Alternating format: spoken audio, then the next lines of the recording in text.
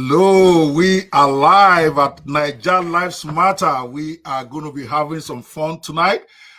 This is a special page I created just to start addressing some of the issues in Nigeria. That's why I didn't put it on my personal or business page on Facebook. We are out here live on Naija Lives Matter, and we are going to be discussing matters of state in this hot seat series that I've just started. And of course, I felt the most fitting person to start this hot series with is one of the most known names in Nigerian, what I would call Nigerian new politics, and in trying to get the new voice to be heard in the Nigerian affairs. It's a very visible name. It's a name everybody knows. And we're going to be talking to him all day today. It's a 3-day series in the first instance, and then we decide how we go from there, where we are going to be interviewing one of the most controversial figures in Nigeria's today's politics, somebody giving the authorities headache, the man that they cannot suppress, even with arrest and detention. We are going to be talking with him. I want to do a disclaimer quickly. I've not personally met Mr. Sowore in person. We have only chatted on Clubhouse a few times, and I've come to have a very, very different conception about him. I had a mindset when I didn't meet him. So I want to be fair. The interview today is not to promote Mr. Sowore, but to make him more visible to Nigerians. We have also jointly agreed after the interview, we should run, he is giving me permission to run paid advert for this video, not as promoting him, but as getting more Nigerians to be aware about what makes him tick, why is who he is, and why he's upset at the whole thing. I have no personal preconceived opinion over the matter. I am in the interview position. And as you know me, those of you who have been watching my shows, you know I tend to be a bit combative. So every question will be challenged. Every position will be challenged. And I promise you, we are going to be having an exciting series today. First, I thank Mr. Sowore for agreeing to come on this Naija Lives Matter show. Hopefully, after we are done with the series with him, we will get other emerging leaders to also come up and tell us, because we have been in that situation before where we are not very clear about what somebody will do or what they can do, and then we voted them in, and at the end of the day, we are all regretting. We want to know our future emerging leaders. It's about time we start having a lot of emerging leaders in this business. The same old tired hands cannot take us where we want to be. What brought us here cannot take us there. And I've committed myself as a public figure to try to give as much opportunity to these emerging leaders. I'm talking about Sowore, Fela Durotoye, Mogalu, some of those new crop of leaders. Those are my focus. We have all agreed the old ones have failed us. I don't think even their own supporters will deny that the old ones have failed them. So the question then is, where do we go from here? If we are going to get new thinking, then we need new leaders. Those who brought us here cannot take us there. So I want you, if you are watching this and you have any emerging leader, I have no preference at this point. Okay, I have no personal preference. And where my preference is coming in, I will tell you. So if there's anybody out there, it may even be totally unknown right now, inbox me. Let me know about him. I will schedule him. And then my promise to all the candidates is that every interview I do with them, I will spend a minimum of $500 promoting it on Twitter, Facebook, and my YouTube channels. Not because I support them, but because I feel Nigerians need to begin to interact with them. Because 2023, we all agreed, we don't want these new leaders. But somebody's going to have to replace them. So that is why this is about. As a matter of fact, I'm also going to be sharing with you later in the show a new movement of people who are tired of the old system, who want to come together, amass their resources, and then decide what to do with it in 2023, whether to support an emerging candidate or to go find one of their own. We will talk more about that. Again, you are tuned in to Naija Lives Matter hot seat interviews. And today we are going to be having Omoyele Sowore. So I'm going to bring him on without much ado. This is supposed to be a 2-hour interview so that we don't waste time. There you are, guys. You know him. He doesn't need any introduction. Mr. Omoyele Sowore. I'm not even going to introduce him. I'm going to get him to just go straight to it. If you don't know about him right now, you need to start Googling to find out who is this man that has decided enough is enough. People love to hate him. He has fanatical supporters, and he also have people that would rather see him dead than get to that place of power. So today's the day. Okpebholo goes head to head with him.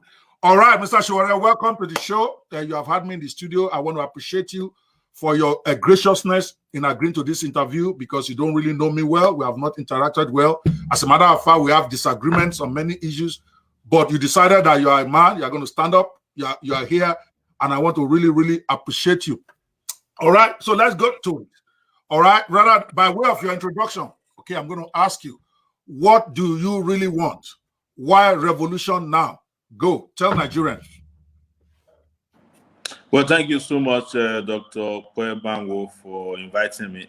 Let me also use this opportunity to say hello and happy International Women's Day to all hardworking women out there, to all the women who are making the world a better place, and to those who have to withstand the stress and rigor and the hardship that's imposed on Nigeria's failed leadership over these years.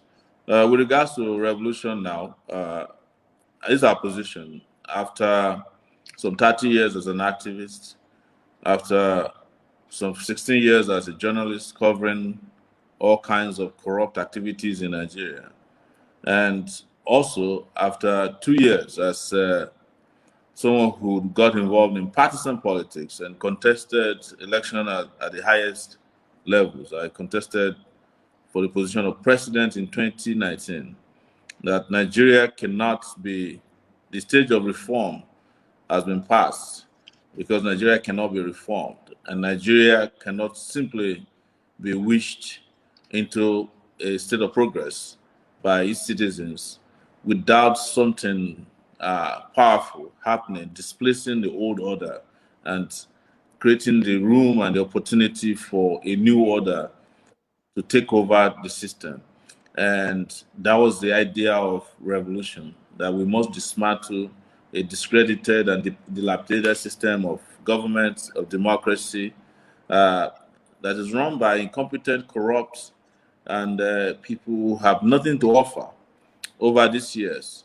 And that without this confrontation between the led, well, I'll say the misled and the so-called rulers, that Nigeria cannot achieve the progress it needs, because you just can't wish the people who put Nigeria in a state of failure and dilapidation away.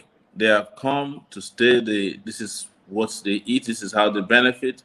This is the kind of life they have been used to. Nigeria as a social security department of those people who have failed it over these years.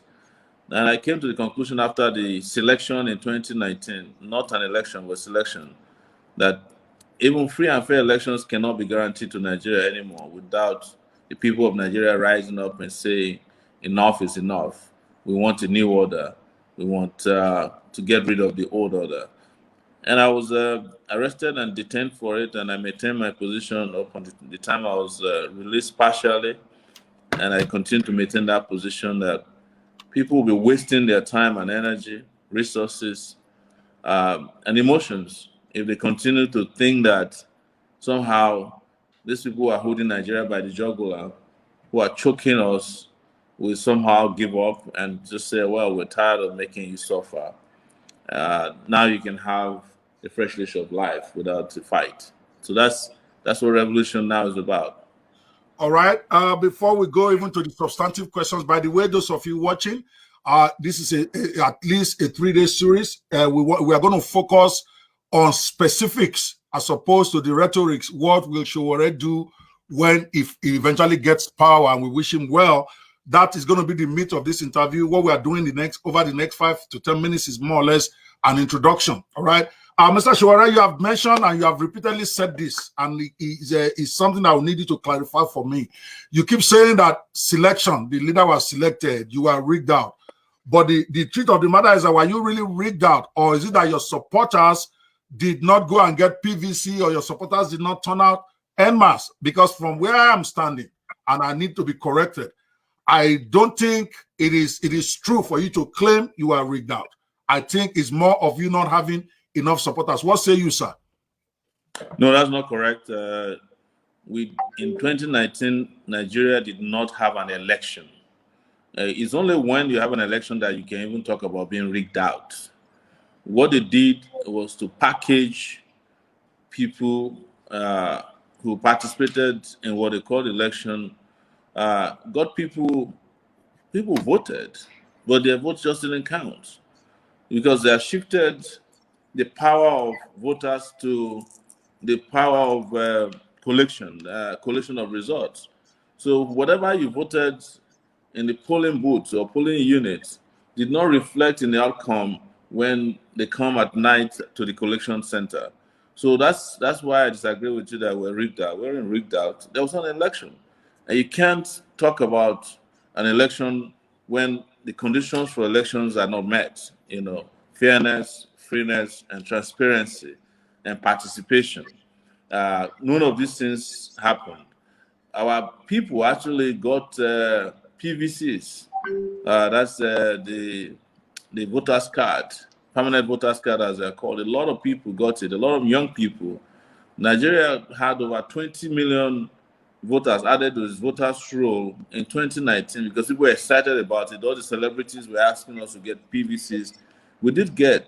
And our calculation was that most of the people who freshly got PVCs would have voted had they had an opportunity to vote, which so many of them also did not have. In places like Lagos, they didn't even allow people who were opposed to the mainstream politicians or people in power to partake in voting. You go to Borno State, where over 27 local governments were under Boko Haram, but they were producing high numbers in Borno State. In Yobe State, where half of the state was under Boko Haram control. You go to Katsina State, you go to Kaduna, you go to Kano State. In those places, a lot of people the number of voters were even more than the number of registered voters. So you can't turn around and say that this is election. That's why we said it's election, because INEC just collaborated, connived, colluded with the APC, that is the All Progressives Congress, and also, where possible, with the PDP, and they just rigged as much as, just manipulated election results as much as they want to produce outcomes that already been predetermined. That is what we mean by selection. An election would have brought about a different outcome. And I'm not the only one who felt so. A lot of international observers that came to Nigeria, right, went back to their countries and said the same thing. Several of the international observers, including ahead of even the African Union, they couldn't certify Buhari's 2019 election. This is open secret. All right. So, a lot of people had PVCs, and now the PVC has become what people call a poverty verification card, because it's up to you to take it and collect your own 5,000 or 10,000 naira and just walk away to solve your immediate poverty needs. That's not the kind of democracy. That's not the kind of election that we wanted to participate in. But in my own case, as you remember, even before the election proper took place, they had started the rigging process. They did not allow me to partake in debates that were part of the electoral process because they said I would be rude, according to them, to the old gerontocrats who were participating in debates. Old what? We call them gerontocrats, Gerontocrats. I like all those buzzwords. Very good. Yeah. All right. Still on that point, I hear you. I didn't mean to cut in. I promise I was going to give you enough time to express yourself, because this is some of the stuff you stay here. I already told you in advance, will be like a kind of a commentary on where you stand, because we're going to cut it into little pieces and we're going to put it out there for those who don't know where you stand, whether they agree or disagree. They have to be clear. So where I've interrupted you and you have not finished, just tell me I've not finished, and I will let you finish your thoughts. So that way, there's a reason I brought it here and not on Clubhouse, because we don't want you to be interrupted. I want to hear your clear thoughts. By the way, you have lots of fans in the audience already texting. By the way, you guys can send your text on what you think on the questions, on what you think of Mr. Sowore himself, or what is on the table and all that. To do that, all you need to do is, if you are watching from Naija Lives Matter page on Facebook, we are everywhere. I think we are also live on my own personal page. We are live on the Sowore's page. All you need to do to authorize Facebook to show your comments, you just need to go to streamyard.com/Facebook. It will ask you, do you want them to show your comments for this event? You click yes, and then your comments will come in regardless of where you are watching this, and I will pull it up as relevant. And if you also have questions for Mr. Sowore based on the question is discussing, please post it. This is as much an interaction with the public as much as with Okwebanwo one-on-one. All right, so this is your rigging that we are still talking about. Fair enough, you've explained what you meant by that, and to a large extent, I will agree with you, even though I don't think, even if it was fair, you will have won, because I felt a lot of your... Well, you can't come to the conclusion that if an election was fair, that I won't win. I cannot imagine. Sure, I'll let you finish when you are talking. This is a discussion. I cannot imagine. Give me my own 1 minute. No, let me just say that I cannot imagine sensible and reasonable people listen to me and Buhari and Atiku and then decide to vote for Atiku or Buhari. It's not possible. You know, in this election, we are talking about almost 20 million young people, right? All of them could not have accepted, you know, the 5,000 naira that they're giving out. No, a lot of them are people who are okay, you know, the middle class people. They registered to vote. They were actually looking forward to a real election. They were looking forward to debates. They were asking for manifestos, and we provided this. I was the candidate that traveled to the most states, most cities, first holding town hall meetings and then going back to do campaigns without a private jet. You know, I just traveled by land, sometimes by water, sometimes by air, through commercial flights. I traveled also outside of Nigeria, widely. You know, I traveled as far as Australia, South Africa, Canada, the USA. I did over 8 to 9 cities in the US campaigning. I campaigned everywhere. I cannot imagine that these people would then choose to vote for Buhari. But one of the things they did when they wanted to start the whole scam, the date of the real election that was selected, they shifted the date for about 2 weeks or so, about a week. You know, a lot of people that even came from the US and other places to Nigeria to vote, people in diaspora that traveled, had to go back because they didn't have enough holiday time to wait for the date the election was shifted to. INEC was unprepared because they had made up their mind as to who will become the selected candidate in that election. So, if we have free and fair elections, the most competent candidate would win. And I cannot imagine that Buhari would defeat me. The Buhari that could barely speak, or an Atiku who doesn't know his left from his right. I don't imagine that they would defeat me. It's not possible. All right. Now, let's do this so that we don't make this a rowdy interview. Lots of the world are watching us, and I can guarantee you at least another 1 million more will watch this video. I give you my word on that. So let's make it civil. I give you time to talk. When I start talking, if you cut into me, I'm not going to agree. You are not going to intimidate me on my show. So I'll give you enough time to say your piece. I'm going to say mine. All right. When I'm done, then you say yours. That way we have a civil conversation. Okay. There's a reason why I brought it here. All right. I was just responding to you. Okay. You are finished. What I'm saying, from where I'm standing. Okay. I had made a statement before you cut in that I didn't even think if they did a fair and fair election, you will win. You don't have to agree. And here are my reasons. Number one, I felt that not that you are not popular among the youths, but that is not a prerequisite for winning election. Fela was more popular than you. Fela did not win. Gani Fawehinmi was more popular than you. They have followers that are 10 times what you have. They didn't win either. For a simple reason. That's correct. Fela never. I am not. See, we have to agree that you. No, I am not. You have to agree that you don't run away with an untrue statement. No. Dr. Banwo, Fela never ran for election. Never ran as a candidate in a national election. Okay. He actually formed a political party and wanted to run, but he never ran. He was never on the ballot. Yes, Gani Fawehinmi was on the ballot, but the argument here is not whether Gani Fawemi was more popular than Sowore. The argument was that Gani Fawemi himself said that he was rigged out of the election. There was an election. The difference is that in our own case in 2019, there was no election. So why are we arguing about who was more popular or not? Where did you do the poll to make that determination? Fair enough. Again, I'm trying because you are my guest. If it's somebody else's show, but now me and you will be going at it. You are my guest, so I'm going to be nice. But it's not a nice thing to cut people off midstream when they have not even started. It's different if I've started. We have to correct if you are putting up, because you see you are a fast speaker, like you're a firecracker.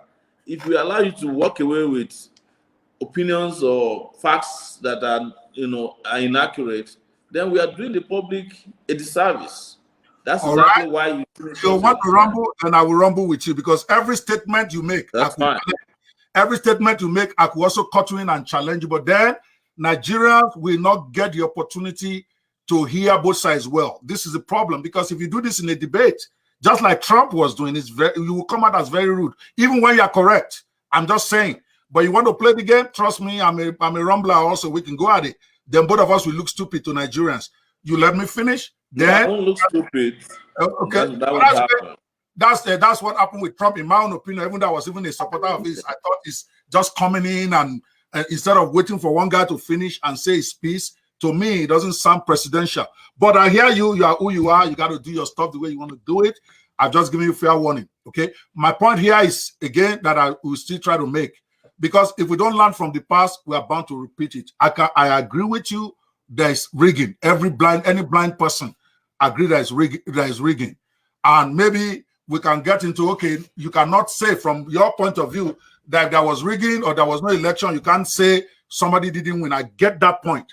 But the point I want you to get from my own point of view is that looking at you and your supporters, I felt that many of them let you down because they didn't even get a PVC.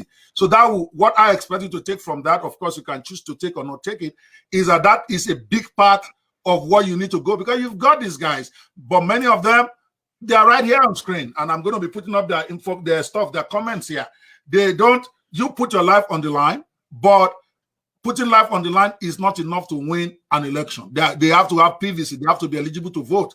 And I continue to maintain that people can only rig where they are popular. If you are a very popular candidate, there's no way they can rig you. You know why? I was there in Imo State when they tried to rig Rochas out in 2015. I don't know about 2019. I was monitoring that election under the auspices of the United Nations Organization with my own organization called Nigerian Election Vigilantes Organization. I saw it live. I still have the videos on my system. When they tried to steal those ballot boxes, Rochas people, they wrestled them down and beat them senseless. If you have overwhelming voters, then you get to a place and you tell me they rig your election, then to me, but I don't want us to spend all our time debating that. Yeah, at least Nigerians have had your take on that, and that's good. Now, my next question, we're still on the setting the stage here, okay, because we want to be fair to Nigerians out there who are watching this and who are going to be watching recorded version. You appear to be contradicting yourself to me. Maybe it's because I don't understand what you meant, and that is why I'm going to be giving you opportunity to explain this to us. Our first meeting on Clubhouse, you can remember that it was contentious because I was coming in from an angle of my own interpretation of your struggle until you broke it down and said, no, that's not what I'm about. This is what I'm about. So you have this, we have a Chinyeres in the house. I'm going to bring you up in a minute. You have this thing, revolution now. Two questions I have for you. What exactly do you mean by revolution now? And if it is that you want to break up the whole system, or I think I'll have a follow-up to that. What exactly do you mean by revolution now? Go, sir. Your turn. I explained it earlier that revolution now emerged out of a realization and also a necessity to put an end to a system that is not working, a system that is unfair, unjust, and inhuman. And I'm not saying it just generically.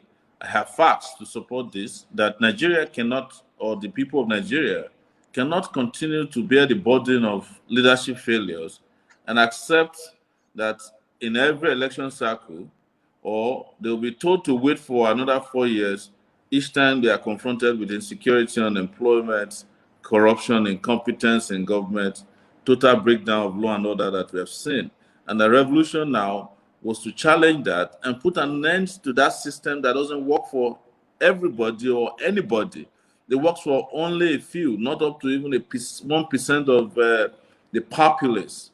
And this is public, is available information. And what Revolution Now came out, we said we want to put an end to that. We want to put, and we're very specific. They want to put an end to a leadership that's ineffective, inefficient, and reluctant to do anything How good. do you plan to do that? How do you plan to do that? Well, you know, wait, exactly. That's probably the question you had not asked. Yes. Is to put boots on the ground. When I mean boots on the ground, is that we believe that a mass uprising in the country, very peaceful mass uprising with huge numbers of Nigerians rejecting the old order, can completely change the ballot box. That situation. And it includes, and I've said this publicly, it includes putting an end to a fraudulent constitution that is governing Nigeria now. A constitution that was not even available in print, either electronically or in print, the day the Nigerian democracy was established 20 years ago. This is called morontocracy. That's what I love to call it. It's, government of morons, for morons, and by morons. Yes. So that's the system that we say we can't continue with. And that's what Revolution Now is about. So what else do I need to explain to you? It's that even if you don't understand what Revolution Now is about, you saw NSAS, and NSAS is an uprising. It's still not a revolution yet, because if it was a revolution, it would have stood its ground until the system would have collapsed under the weight of its own contradictions. And that's what Revolution Now is about. And since I came out of detention, as you are aware, right? As you are aware, since I came out of detention, I have not changed my position. It's the same thing I said when I was in detention that I'm saying when I came out of detention. In fact, I've been back in detention since I was released in 2019, December. Again, I was arrested on January 1st, 2021, because I've maintained consistently that this system is not going to work, and it's not working for anybody, and we must put an end to the system of oppression.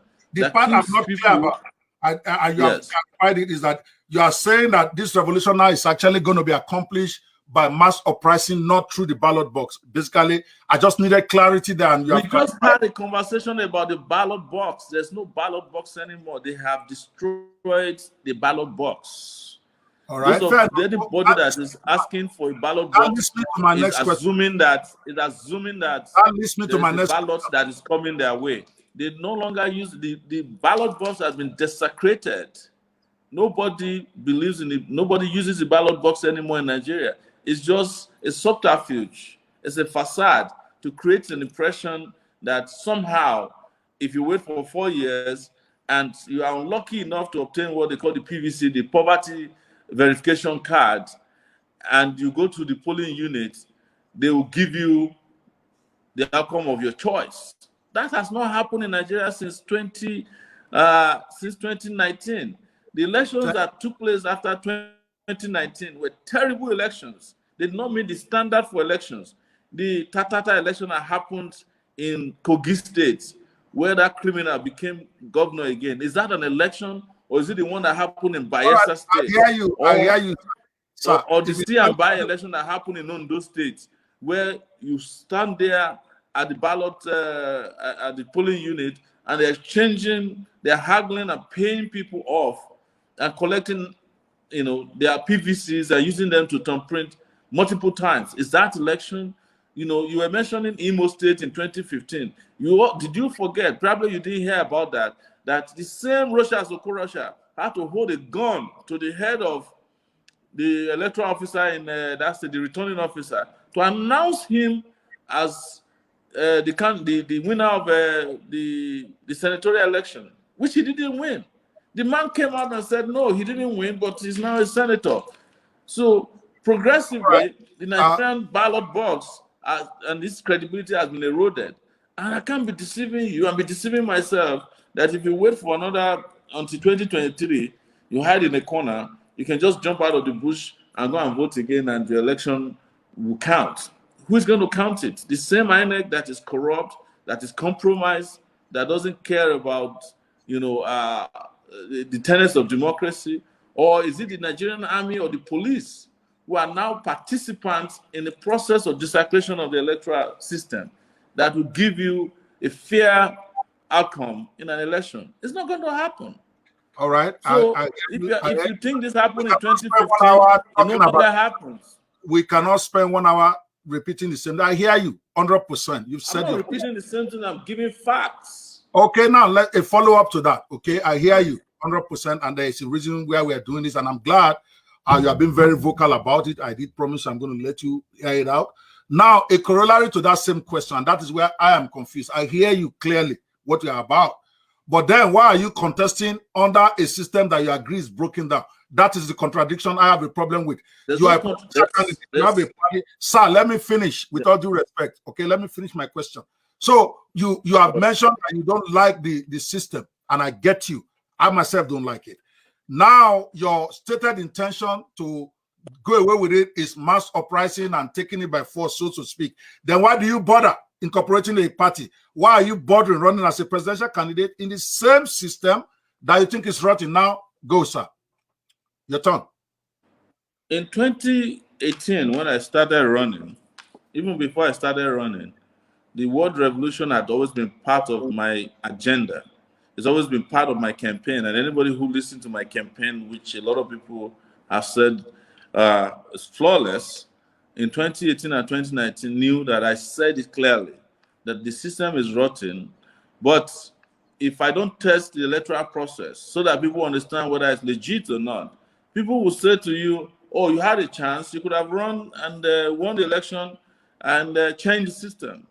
But in going and running in that system, I did it to expose the underbelly of this corrupt system so that people could see, because I've gone there to participate. Because you and I know that people are very quick to say that, oh, if you're abroad, it's easy for you to just sit down behind a keyboard and say whatever you want because you don't see the reality.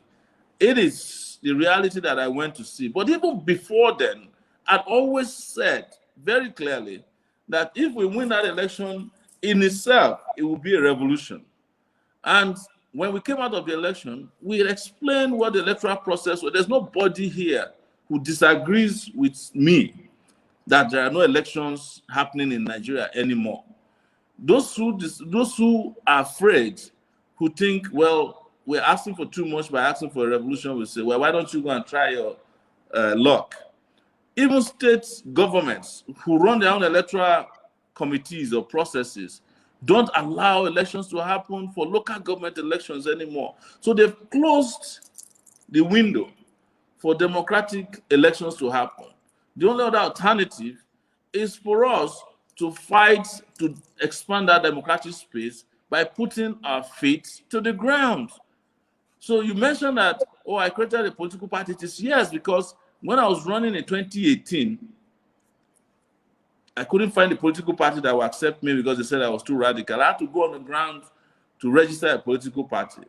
And as soon as the elections were over, before the elections could be over, they tried to hijack the party. But because it's a party don't exist for elections only. They exist for ideological reasons. Are you getting me clear? The ANC as a political party in South Africa did not run for election until 1994 or thereabout. Dr. Kwema, if you look at the history of the South African struggle, but they existed as a political party. You ran 2 years ago. You ran. Yes. I ran 2 years ago. I'm hearing you now. To be able to test the system. Now you are convinced the system is corrupt, it's not repairable, and you want to do away with it. So now, are you going to run in 2023 then or not? I am running now, and the battle and the running we're doing now is not a 2023 battle. It's a battle to take Nigeria back now. That's why we call it revolution now. So that you can have a 2022, and before you can have a 2023, right? The way Nigeria is today. You are not answering my question, Is that through the ballot box or through the violence? I need to be clear. That's the question I want to ask. I have explained to you that I do not believe in violence. I believe in non-violence. But I believe that non-violence can resolve the issue of terrible leadership. All right. Right? So I know that the leadership in Nigeria doesn't respect non-violence. If you're not carrying AK-47 and bazookas, they don't listen to you. But I'm convinced that with the majority of our people using their strength, energy, and their feet and their conscience, we can defeat the characters that are running Nigeria today without shooting a gun. All right. I So don't now, intend to shoot because I've done it in the past. I was part of the non-violent group of students, professionals, lawyers in Nigeria, doctors, when I'm talking about professionals, nurses, labor movement people, who drove the military out of power without shooting a gun. So I have experience fighting bad leadership non-violently. So where was the military driven out of power? I'm confused. In which country? Nigeria? When? Nigeria, yes. The military was... How did we get out the military from government without? How did we do it? Am I lying? Yes, we kept organizing, marching, protesting. We had sit-outs. We had sit-at-homes. We had strikes. We had class boycotts between 19. Did we drive between 19 that I know of, between 1989 that I got into the University of Lagos till 1998 and 1999 that I left Nigeria, there was no one day that we did not protest against military rule until the military decided that they were no longer welcome and acceptable and organized elections. That happened in Nigeria, and I was part of the people that did it. Fela was part of the people that did it. Fela Kuti. Beko was part of people that did it. Beko Ransom Kuti. Olusegun Mayegun was part of the people that did it. Gani Fawemi was part of the people that did it. Femi Falana, who is my lawyer today, were part of the people that did it. This is history. Wole Soyinka was part of the people that did it. Antonio Nahoro were part of the people that did it. Balarabe Musa in the north. Shehu Sani, who went to jail, under the military. They framed him up that he was planning a coup against Abacha. Spent years. These people all participated in it. Olisa Agbakoba, Ayobe.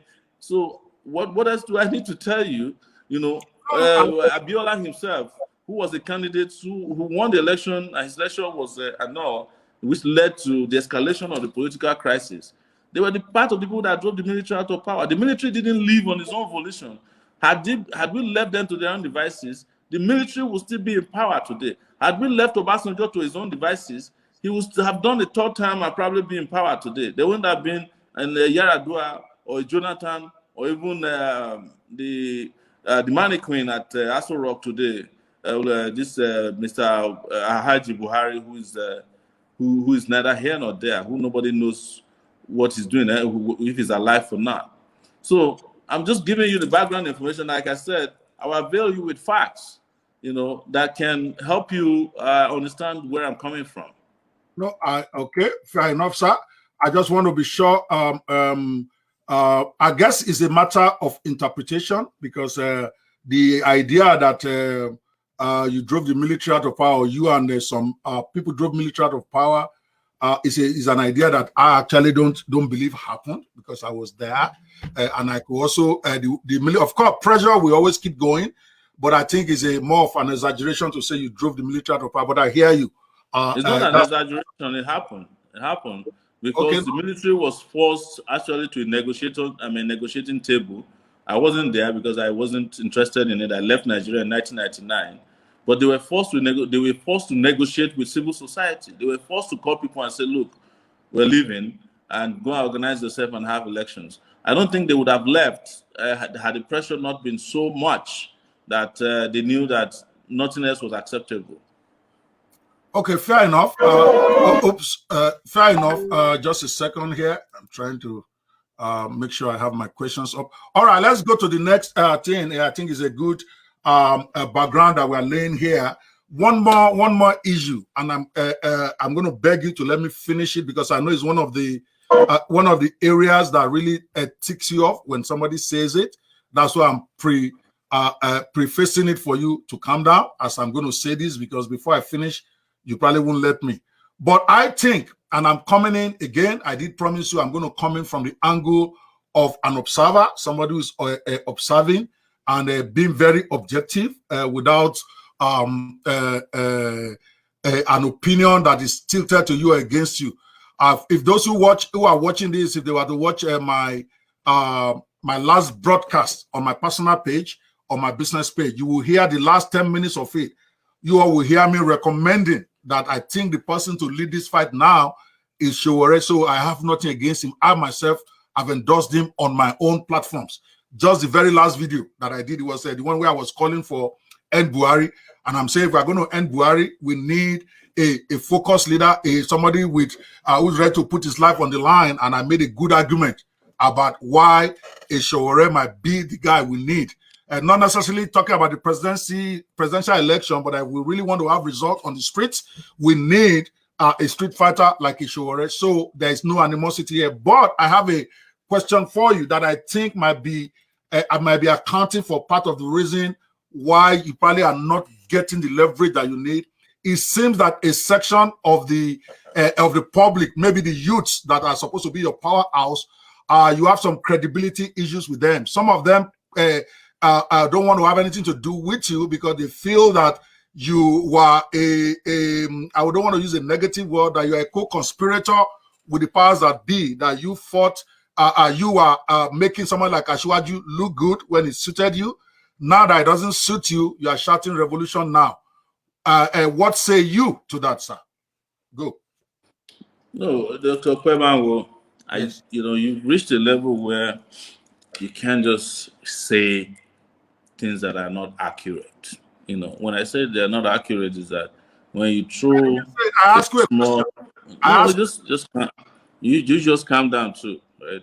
When you say that somebody makes Asiwaju look good, you are referring to Tinubu, right?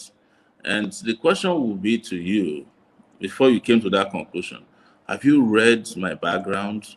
Do you know where I'm coming from?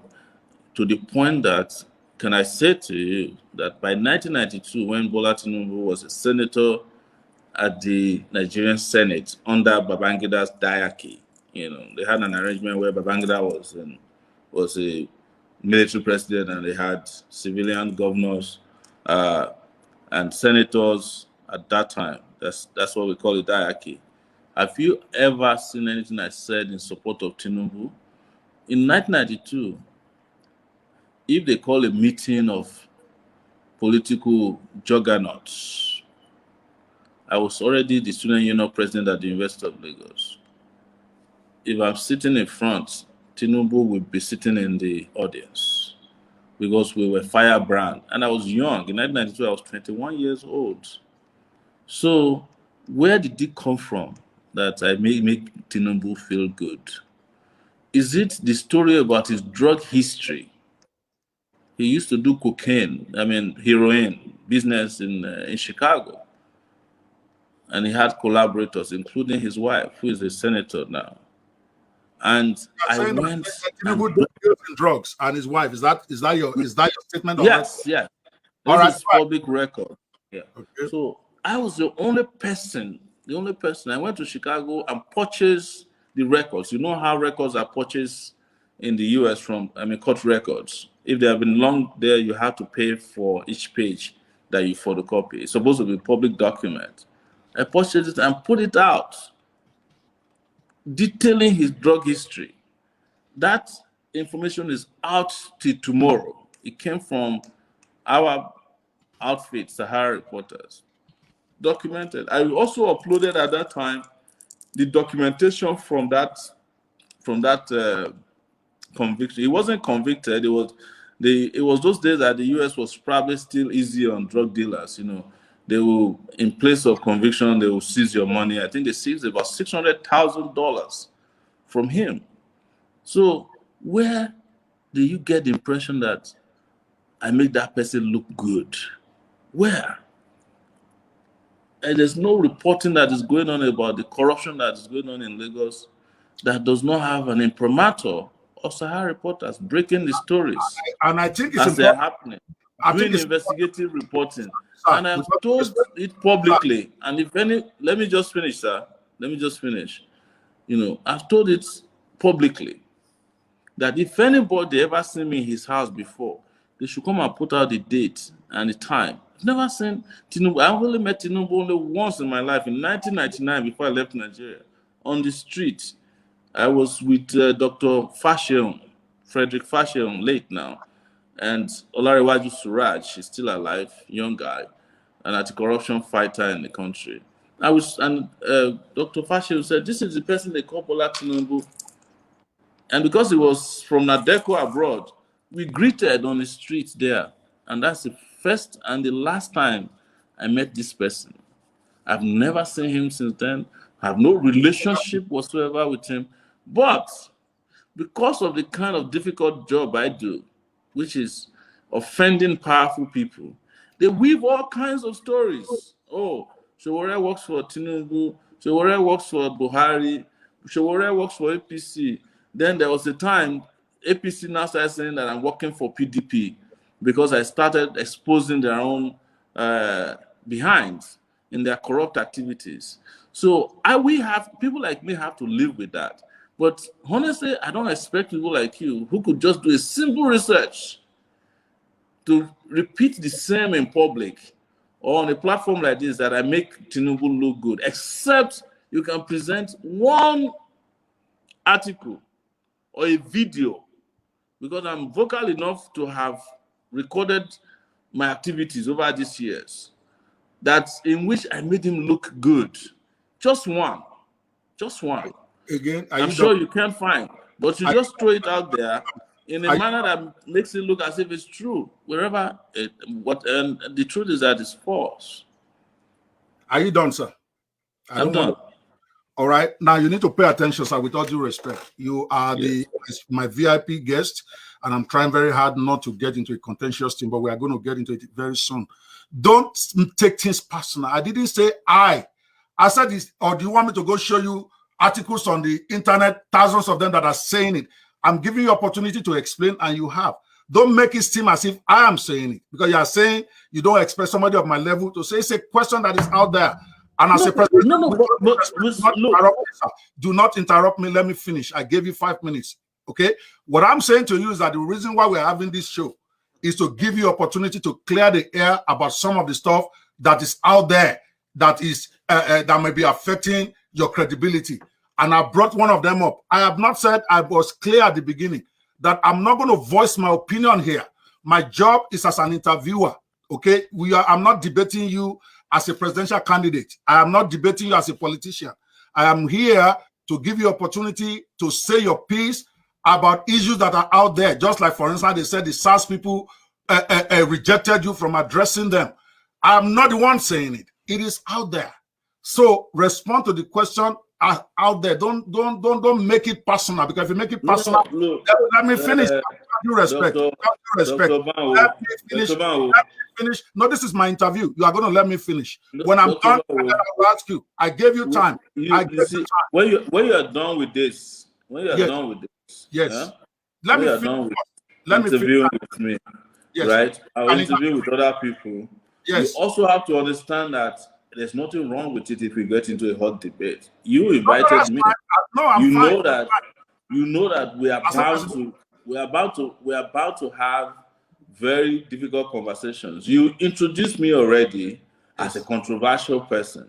That should have told you in advance that you are coming to bump heads with somebody that doesn't. So what I'm saying is that the questions, be patient to hear my question. Now, if I'm the one saying it, I will tell you. So my questions that I'm bringing out, I have no problem with your response, other than you accusing me of saying I should not be saying it. I'm a journalist in this respect. I have researched you, and I've seen questions people are saying about you. I have brought it up. Your job is to clear. Don't say you don't expect somebody like me. That is getting personal, and it gets personal with me very quickly too. I'm a very controversial guy too, but that will not be fair to you. You are the person that is running for election. Or rather, you are the one that is in the face of the audience. I'm giving you an opportunity to explain what is out there. Don't assume that I'm the one saying it or that I even believe it. See, I won't be a good interviewer if I don't bring questions that is being discussed out there, albeit false or not false, simply because I don't believe it. Not my belief is irrelevant here. So now, please answer the question. You have responded to the Ashiwaju thing, and that is fine. It's for Nigerians to decide whether they believe you or not. And I like the way you have addressed it squarely.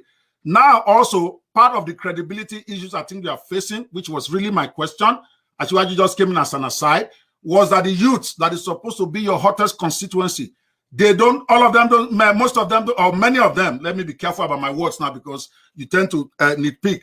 Many of them don't seem to trust you. They don't, for instance, in the NSAS campaign, many of them rejected you when you went in there to try to address them. And I'm saying, what do you think is causing that? And how do you deal with that as somebody who needs these 50 million youths to back you? Go, sir. Your turn. Well, let me address quickly your concerns about taking things personal. Because I think it's a function of the operating words. Oh, sorry, your audio went. Your all right. I think it's going to come back. I think it's a function of the operating words you use. Okay. When you say, for instance, when you use the word "I think" that people don't trust you, you have also personally delivered an opinion. So don't forget that I am here from also a journalistic background. I do interview people a lot, and it's not always when you are the one being interviewed. Yeah, so I'm glad I'm the one on the hot seat. But what I'm saying is that just as you're saying it, I'm also responding to you in a way that people can understand accurately, to differentiate between your own personal opinion and the opinion of that's flying in the face of falsehood. Because so many of these things have been addressed even between you and I at another forum in the clubhouses where we had conversations. And see, at this issue that you brought up again here about being rejected at NSAS. You said I was, now I'm saying it. This is no longer opinion. Yeah. I understand. So now I can answer you. Yes. I told you elsewhere before that that's also inaccurate. You see, the moment NSAS started, right, I was one of the people that started NSAS nationwide, right? And there's plenty of evidence to show that. Actually, it was Segun Awosanya that started NSAS years. I'm saying when you know about, if you your statement too. Wait, listen now. You did not. Sir. What you just did to me. Can you calm yourself down? Now you see how it looks. All right, you didn't start that fast. Calm down. We are talking about the recent NSAS protests. Okay. Right? Not NSAS as a movement. Okay, great. So even the NSAS movement you are talking about that Awosanya started, ask Awosanya. I was one of the first few people who was in his WhatsApp group when NSAS started. Okay, with Abdul Mahmoud. I exited that group because I said I cannot combine the work of NSAS with reporting that I was doing around that time. You can ask Awosanya. I still have a screenshot of the first ever NSAS WhatsApp group that was started. I was part of it with Adebayo Raphael. I can go into that, but I'm not trying to contest for credit as to who started NSAS. I would give that to Segun Awosanya because it was his idea. He invited us to it. But I'm saying the NSAS protest, though, that started recently, that is widely known as NSAS, the uprising, I was one of the first person to start it in Abuja. I led the same youth that you said don't trust me to the headquarters of the Nigerian police, FARS, and the Runtown, a guy called Runtown. I think his name his stage name is Runtown, and FARS, that is Fola Falana. Then did their own in Lagos, and Renew, when he wanted to start her own as well. I think Renew them also were starting somewhere in Kenya. I was on the phone with Renew.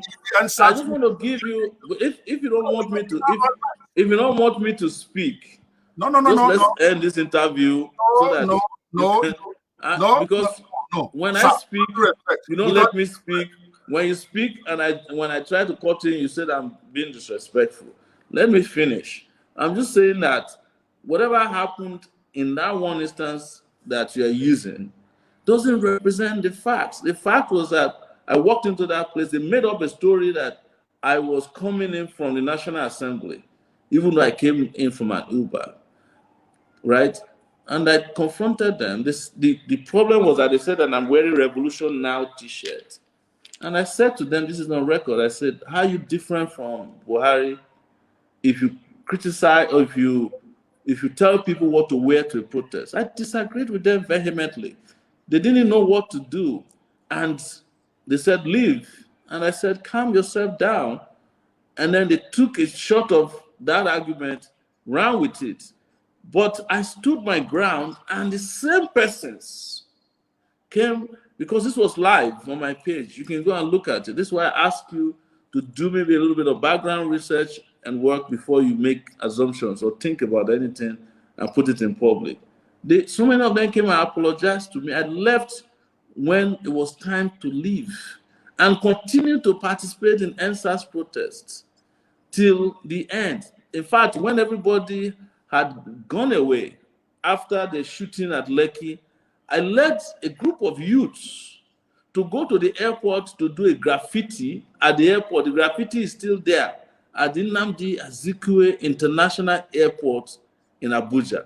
Next day, we took the graffiti to the National Assembly, continuing the NSAS battle.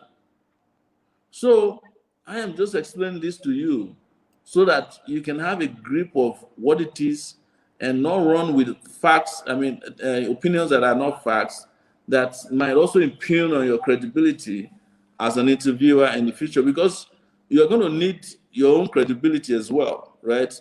To keep doing what you are doing, which I respect a lot, right?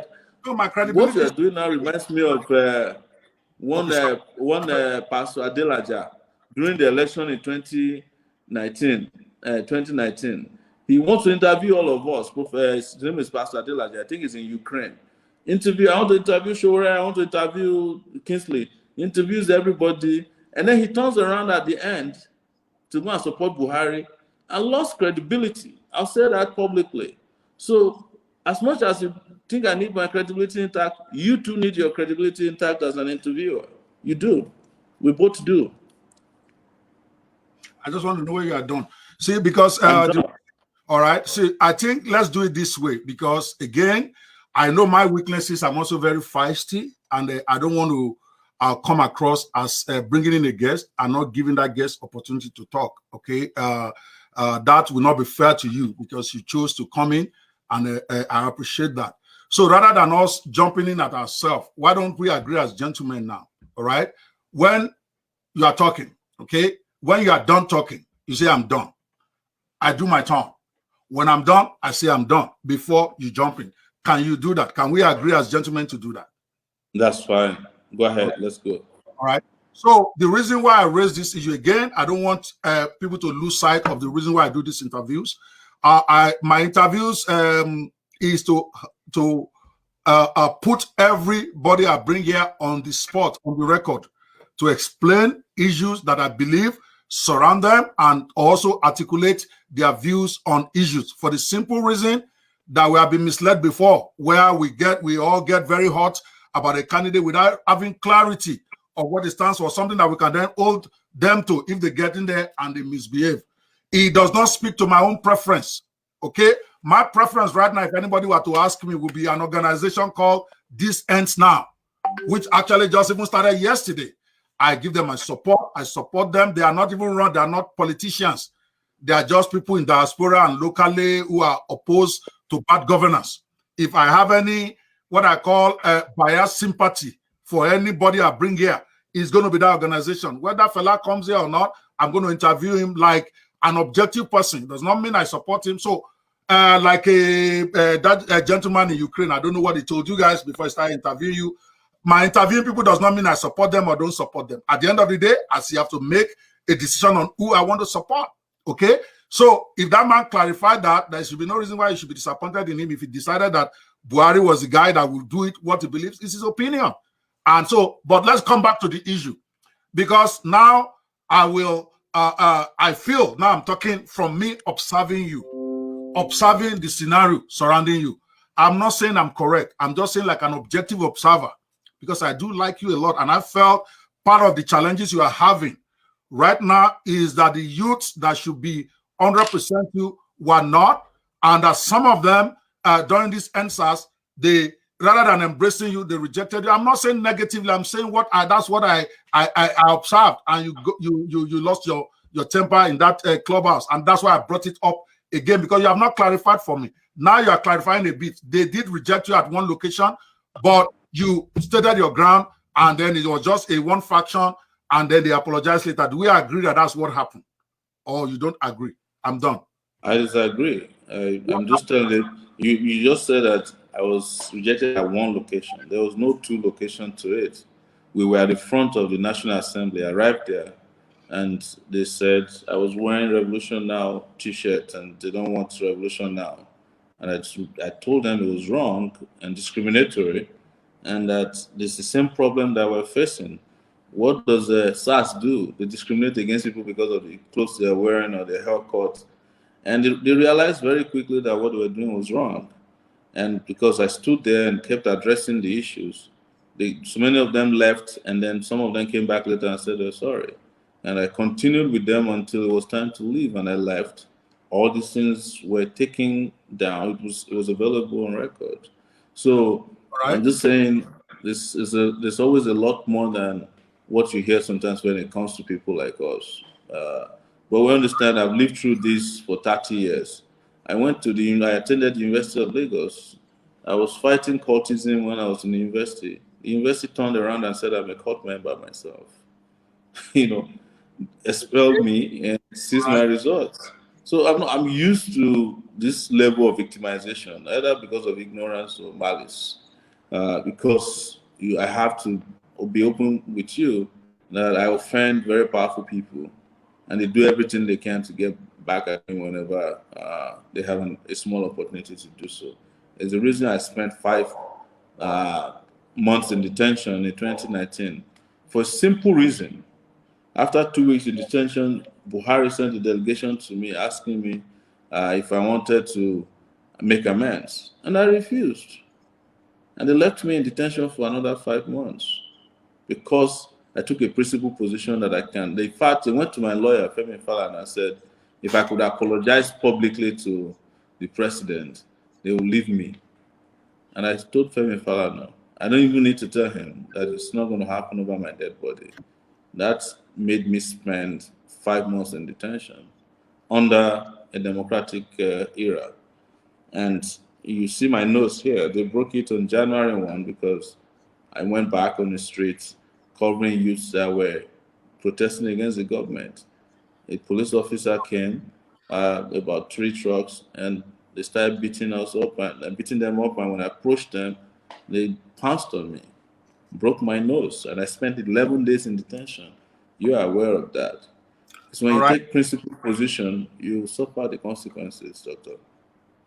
All right, I hear you, and I am feeling a bit bad that you seem to take my observations as if I'm against you. I'm not. Again, like I said, if I'm against you, I will never talk about you and endorse you on my page. What I'm bringing up are issues that I feel that maybe you want to address, as of that maybe that might be an issue, not because I see it as negative, but we're going to leave this issue because you have said. Let's go ahead. I don't see any problem. Because you have said I don't do my research before I come here. If you know me well, just like I probably don't know you well too. I don't make statements that I can't back up. Give me a second. Let's watch the video. Then we continue. Right here. This is the video.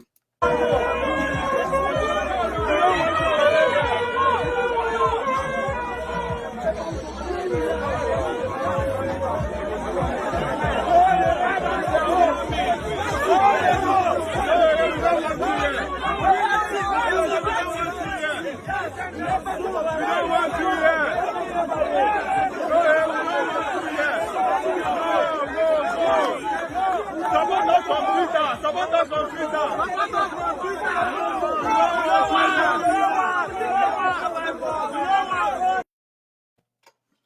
Now, that is just one of about 5 videos in that area that I watched. That is what made me ask this question. Again, I'm not saying it negatively. I'm saying if it looks like some of this use, there might not even be many, okay? But we are going to drop that issue. But I wanted you to know that I do my research. I just don't come here and make statements. My statement came from... But there's nothing in that video that contradicts... There's nothing in that video... There's nothing in that video that contradicts my position about the story. Sir, we agreed, so what are we arguing about? We agreed that we will let each other finish. This will get very ugly if we don't do this, okay? I will just you don't need to make any threats. No, I'm not making threats. I'm saying what is going to get ugly? What is going to get ugly about two men having a conversation about Nigeria? Nigeria is an ugly place. Okay, ugly political situation. I withdraw that. I withdraw it. Okay, let's move on. Let's move on. See, because we don't want to get caught up in that. I hear you 100%. Is a one-sided look, but that's what I saw. So I hear you 100%, and you have explained what happened, and I think that solves the situation for those like me who saw that, and that's what they are thinking. But you have explained what happened, and Nigerians can judge for themselves. All right. On a funny note, I have a video I'm going to show you. Okay, I did tell you I was going to show that video before, so it's okay. Let's play.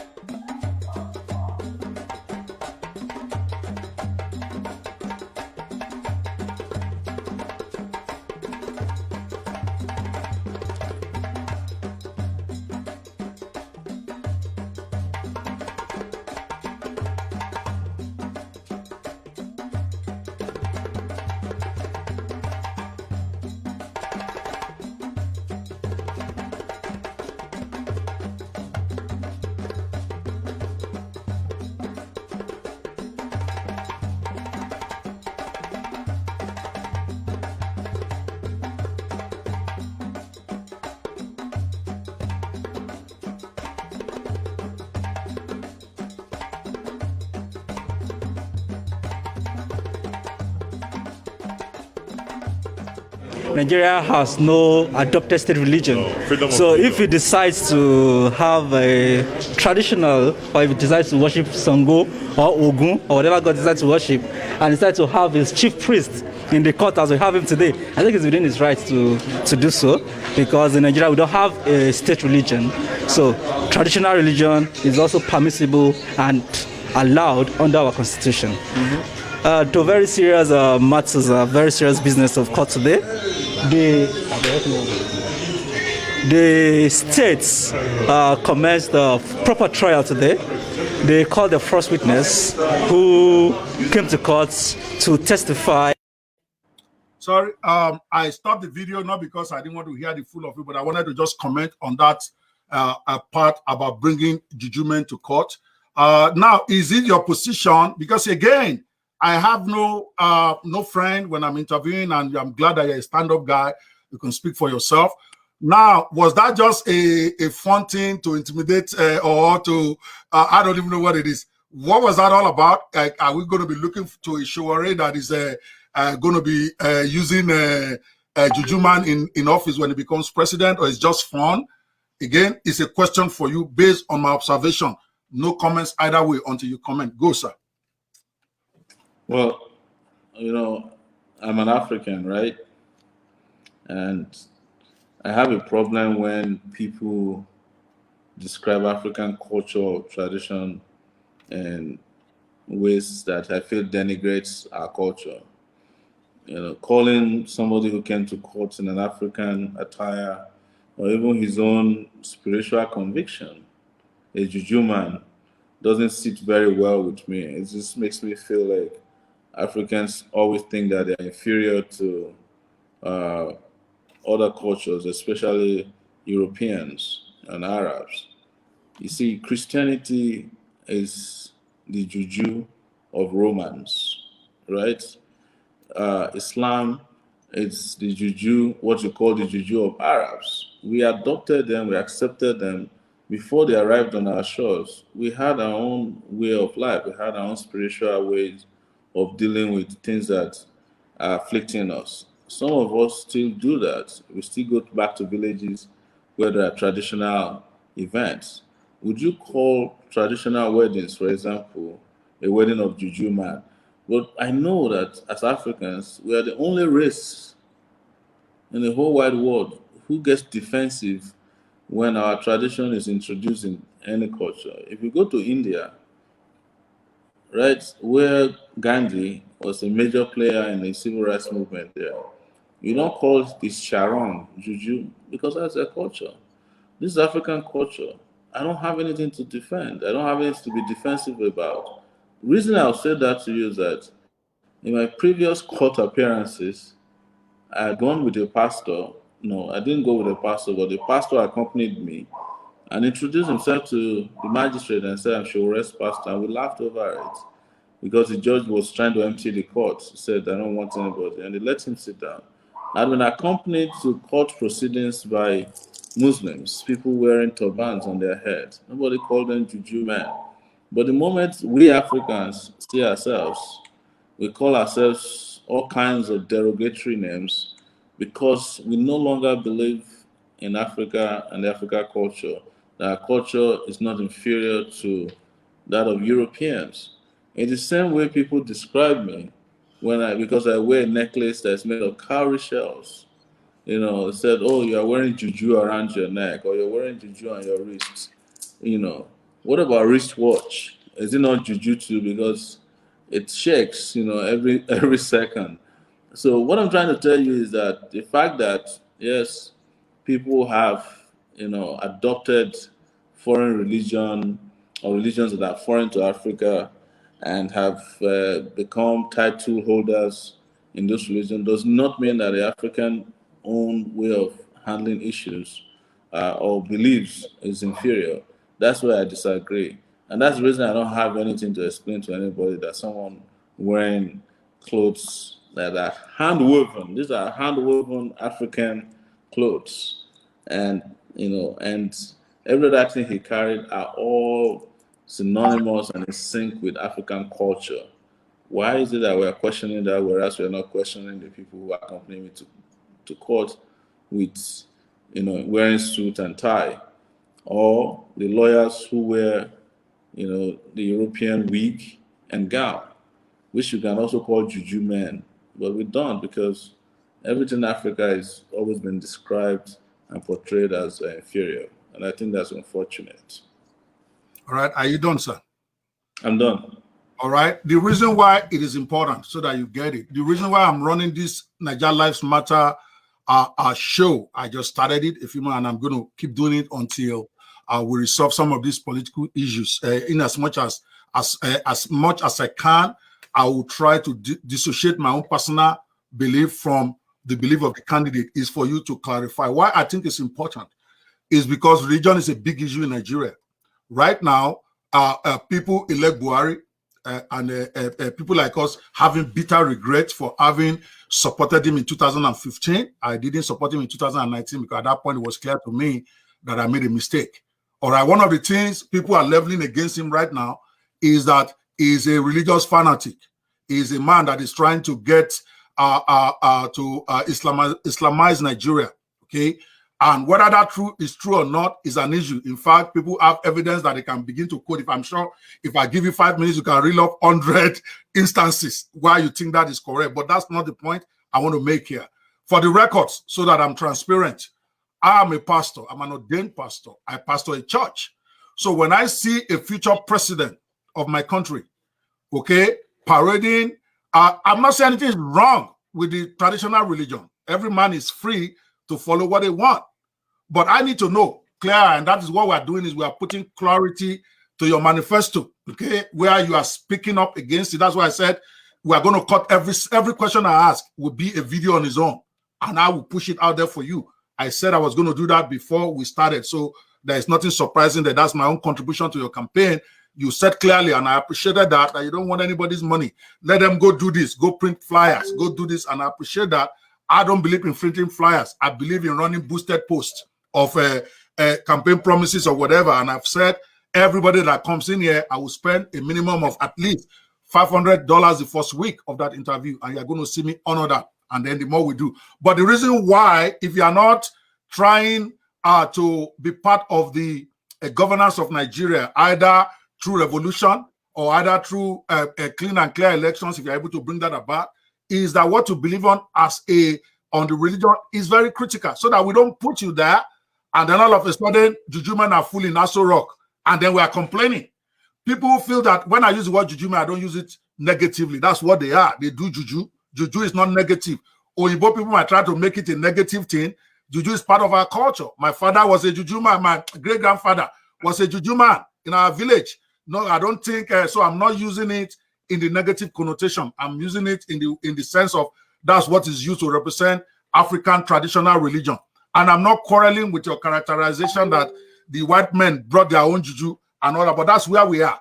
So if you get to Aso Rock tomorrow and the people advising you are people, juju people using the sense I use it, or traditional worshippers, Nigerians should not complain, because I saw that man doing chanting in court and I was concerned. Initially, I thought it was just like effect to just, because that will create vibes. Just that's the way I saw it.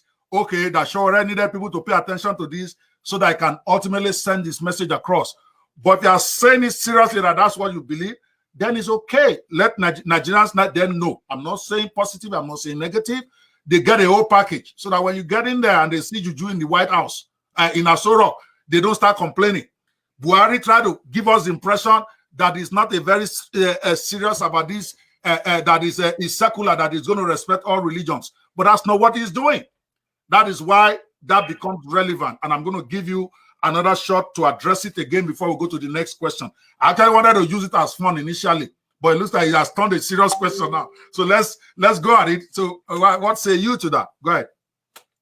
I'm glad that you said that somebody was ranting and making incantation in court. Yes. But with due respect to our Christian brothers, what is speaking in tongue? Is it not incantation? No, I agree, but that's not the question. Yeah. So no, I'm just addressing that. But what I want to say to you directly is that what got Nigeria to where it is today, it's religiosity. Religiosity to the point that people just use religion to subjugate, lie, and distort what should be an open society. The Nigerian constitution, their own constitution, recognizes its the secularity of the state. Sorry, I can't offer you water. This is digital. Sorry, I will have offered you water now. But I have water. I appreciate that. Thank you so much, Doctor. So we have said it that we don't recognize any religion. Why then should the president go to Aso Rock with pastors? When Jonathan was in power, it was the reign of pastors. We were buying jets, people like Richard Jaffor. When Abacha was in power, they said they even went and dug the ground and buried cows alive to fortify themselves spiritually. They brought marabouts. The same thing is what Buhari is doing today. Nigeria needs to get rid of that mentality, that religious mentality. I have said it, if I become president of Nigeria, when I become president of Nigeria, I will not be funding pilgrimages to Mecca or Israel. If you want to go to Israel, go and buy your ticket and go there. You can stay as much as you want. I agree, 100%. If you want to go to Mecca, go and buy. The money that should be going from the federal government to sending people to Mecca, I will use it to build schools in Zamfara. Because right now, we not get anything, Abi. Traditional rulers, nobody gets anything. Go ahead. If a traditional ruler is interested in making money, he should organize for people to be touring his palace. People come from abroad and come and tour the place. They pay to. I went to Brazil, and there are more babalawos in Brazil than you have in Yoruba land. But before you can enter the shrine, you have to pay them some money. That's how they make their own money. Monetize whatever you are practicing traditionally. But that is not to say that we cannot have some funding for culture, and our tradition. I'm not opposed to that. But to answer your question directly, I am not going to be walking around with a juju man, as you said, you understand. Everybody will be free, though, to be around. If you're a pastor, you'll be free to come to the office. If you're a Muslim, you'll be free to come to the office. But the office is not going to become a religious center or a center for religious activities. Personally, I think spirituality and religion should be personal. You know, it's something you should do on a personal level. But what we do at our level sometimes is that we want to show that as Africans we are not inferior to any other race. So a hand-woven cloth worn by an African should not be ridiculed, because we don't ridicule people who wear hand-woven ties, hand-woven suits or shoes. That is our culture. And if such a person decides that he wants to carry his apparel and the accessories that goes with it with me to court, it's up to the judge to determine whether the person sits in the courtroom or not. To be fair to the judge on that day, the moment he asked, who is that person, we said, that is our person. He was, in fact, apparently he was the only person who was allowed to stay in the court apart from journalists and observers. Because the magistrate recognized, yes, the magistrate recognized his rights to be in the courtroom, you know. But it must not, we must not let this leave us in the lurch regarding how we respect our culture and tradition. Because it is a white man that came and demonized all this. Before, even if you go today to our various villages and towns and cities, our parents, some of our parents or our older parents, when they are doing Christianity, they still have their own culture on the side, right? The sarong that the Indians wear in Nigeria, is it not what the Yorubas call bante?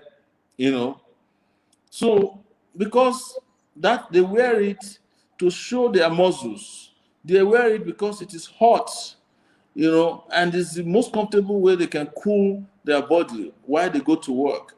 This has always been part of our culture, and we have abandoned this culture, we have abandoned our tradition, and we want to be more holier than the Pope when it comes to, more Catholic than the Pope, as they say. We want to wear the best ties and the best suits, but we don't want to wear our own ashoke, which has been there for life, and they're even stronger. If the white man discovered ashoke, it would have become the international cloth or the global cloth of the world, the same way we wear jeans. Jeans is made the same way. But because they have figured out a way to just reduce us to nothing, and we too have internalized that oppression and inferiority of how we are presented, that's the reason we are having this argument. That's the reason we are saying, oh, why did you come with a juju man? You know, if I came to church, if I came to court with a pastor, it's not called a juju man. If I come to church, to court with a Muslim afar, it's not called a juju man. But the moment you see an African dressed in African attire, young man, oh, here comes Sowore with juju. And doctor, this is not personal. I'm addressing your question so that you don't say that. No. Again, no. I have no problem with personal, as long as you are not ascribing an opinion that I clearly say was not mine. If it's mine, no. Now, the reason why, to me, again, I cannot presume to tell you how to run your campaign. I cannot presume to tell you how to get people to vote for you. I did in a place like Nigeria of today. All right, what I'm trying to tell you, because that, and I'm glad that you're having opportunity to explain, even though when I'm done, I'll also give you maybe another 1 minute or two to reclarify your position there, because just watching that video alone, if you had not had opportunity to reclarify it today, guess what? Well, it start making round. Oh, that Sowore is a juju man. I won't vote for a guy that is going to be, I'm saying me now it's personal. Because yes, I agree, religion is supposed to be personal. We all say so. But it is what you are passionate about that you will pursue when you're in office. That's what Buhari did. Okay? Those who are saying that, including my own pastor, then I was saying, what do you mean you are supporting this guy? This guy is going to go there and push his own religion. I keep telling them, oh, this man told us that he's going to put that aside. It's in his manifesto. He's going to run a secular place. He's not going to let religion get involved. He got in there. That's what we got. Because religion is personal. Now, the person that is in that office, he's not going to do anything that is against his own personal belief. I don't care what it tells you, but it's good to clarify. That's why we are bringing this up. And Nigerians can then make up their own mind, one way or the other, whether they agree with your position or not. I personally will find it very difficult saying I'm supporting somebody whose religious belief, whether personal or not, is traditional religion. I'm not saying traditional religion is bad or good. I'm just saying, like you said, it's personal. When people cast their vote, it's going to be personal. They're not going to cast votes on an objective level, even though we expect them to do that. As intelligent beings, and this one, if you want to attack me, you are free. I agree. I should be unbiased about people's religion when I vote. But again, it is not that simple. I have to be able to tell my God that I believe. Okay? There are Muslims who have their own belief. There are Christians who have their own belief. There are traditionalists who have their own belief. I'm not saying anything is wrong, but whatever I do, I have to be able to convince my own God that I did right by my belief. And that is where this could be a problem down the road. And you need to hone in on that. But I don't fault you for what you push. You have a right to decide. And then Nigerians also have the right to decide, is this person with this kind of opinion is one that want to lead us? I'll just leave it like that. I will let you comment, and we'll close that so that we are not getting into, I am not against your religion. I'm not against what you believe. It's just that when somebody is going to be my leader, okay, and that is where I think I was a bit concerned. Even if because it's what we see you push outside, that we're going to believe you're going to do when you get there, whether it makes sense or it doesn't make sense. I hope you understand what I'm saying here, and then I just give you a few minutes to just wrap up that, because we have not even gotten to the real question. Today we want to talk about education and your thoughts on unemployment. That's really the topic. This is supposed to be laying the foundation, but the foundation is is taking more of the substance. But I think we're having fun. The attendance keeps increasing. Most of your fans are here and they are giving it to me very well. So I'll be putting up their comments here so that we can involve people in the audience. Let me quickly do that before you do some response. I think you wanted me to comment on that before you. Please go ahead. Yes, go ahead. Please go ahead. I will be pulling it up, relevant comments on that while you talk. Go ahead. You make a very important observation, right? And that is the fact that people seem to vote according to their own personal convictions. And some of these convictions are based on their religious convictions at times. But my understanding about religion is not that somebody is Christian or Muslim or animist, as they like to call it here. It is that the person has character. Just a second. Because I like to make this thing interactive. All right, like this one say, now, by the way, I just told you, somebody, I like this question because it's relevant. Does that mean the person must be Christian? Then no, sir, Mr. Olari, but I voted for Buhari. Did you not hear me say that? Exactly. I'm just saying that this might be an issue for some people. For me, I'm for the best guy. So, Dr. Bawo, yes, Dr. Bawo, you introduced yourself as a pastor, right? Yes, I was very transparent. Yeah, that's very good. Do you know that Jesus Christ is not a Christian? I agree. A Christian is somebody who follows Jesus. Okay, yes, so if Jesus could come into this world according to the Christian Bible, without being a Christian, he didn't even carry any label. He just came as a simple man who wanted to change the world, and he was up against a very corrupt and heavily distorted system, and did what he had to do and left. And look at what happened to Jesus at the end, on his final day on earth, on the day he came before Pontius Pilate. What did the people do? They chose the thieves, Barabbas, over him. They were shouting, "We want to go and do party with Barabbas, so give us Barabbas, give us Barabbas." And they left the honest man to die by the cross. So if Nigeria or Nigerians haven't seen, after all these years of dealing with pastors and all these pretenders who use religion to fool them, like Donald Trump did in the US, well, I would say I'll be very sad, because these pastors are the same people who have stolen Nigerian dry. These Christians are the same people who have stolen Nigeria dry. And some of them speak in tongue. Some of them build even churches in their neighborhoods, in their hometowns, just to cover up their atrocities. And we keep believing that somehow we can keep voting for people because they present themselves as religious people. And then this is where it left Nigeria. That's why Nigerians joke that there's no way Nigerians can go to hell twice because we already lived in hell. That is what the religious people did to Wherever us. we go is heaven. In fact, the hell Yes, we are right now. we can't go to hell. We can't go to hell twice. Let's move on. This is what the religious people did to Nigeria. Buhari is probably one of the most religious human beings you can meet. You saw him in Mecca the other day, Medina. They even opened a special place for him to go and touch the stone, and he wrapped himself in that white clothes. Does that make him look like Babalawo? No, you know. But he's done worse things than all the bad people you can imagine, that can be imagined. This is a guy who killed 300 and something Shiites, officially, according to their own official numbers, overnight. This is the same Buhari that sent soldiers to go and shoot young people, right? At Lekki. It's the same Buhari who killed people in Obibu, shoots at IPOP guys at the slightest provocation. I'm just telling you, this is a country, Nigeria today, this broken system was driven here by religion.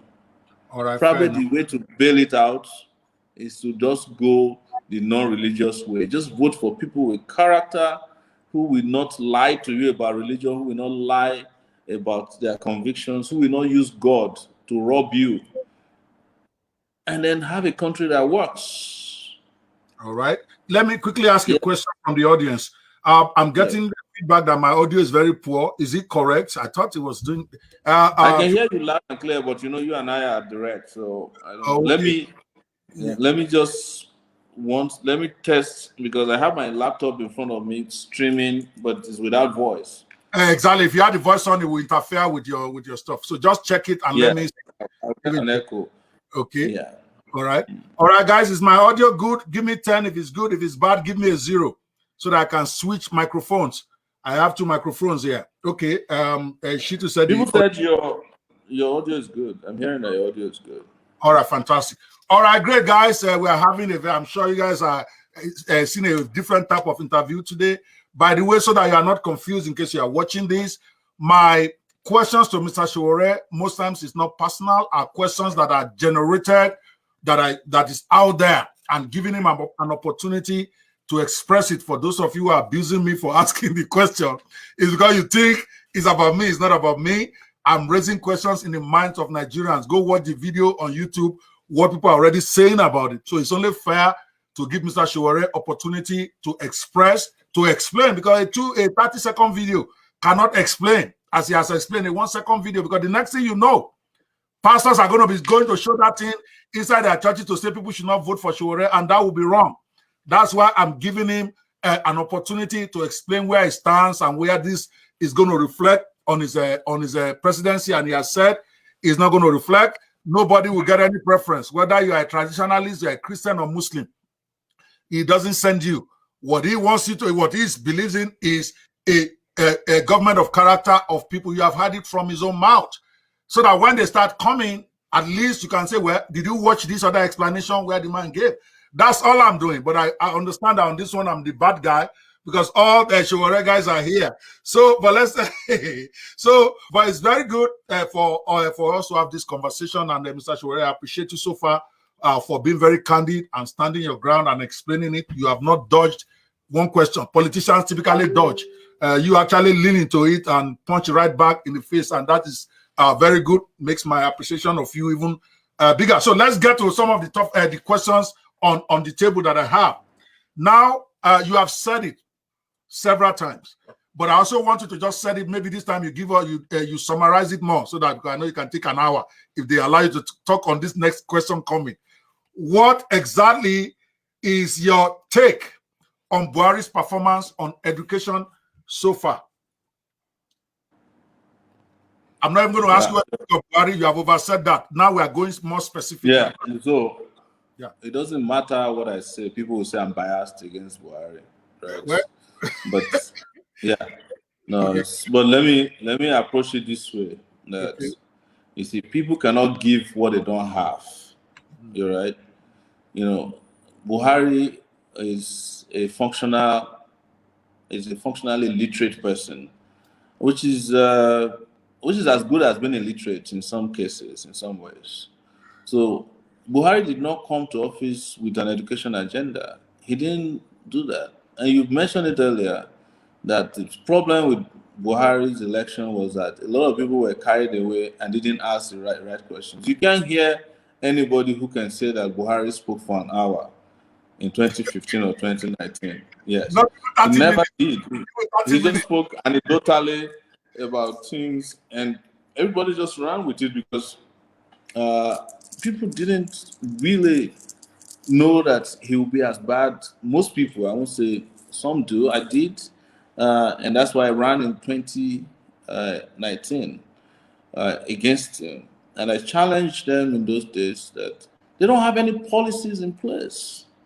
And I'm not only disappointed in the Buhari regime, but I'm even more disappointed in the VP, who is a lawyer, a cerebral one, a cerebral lawyer, who could not,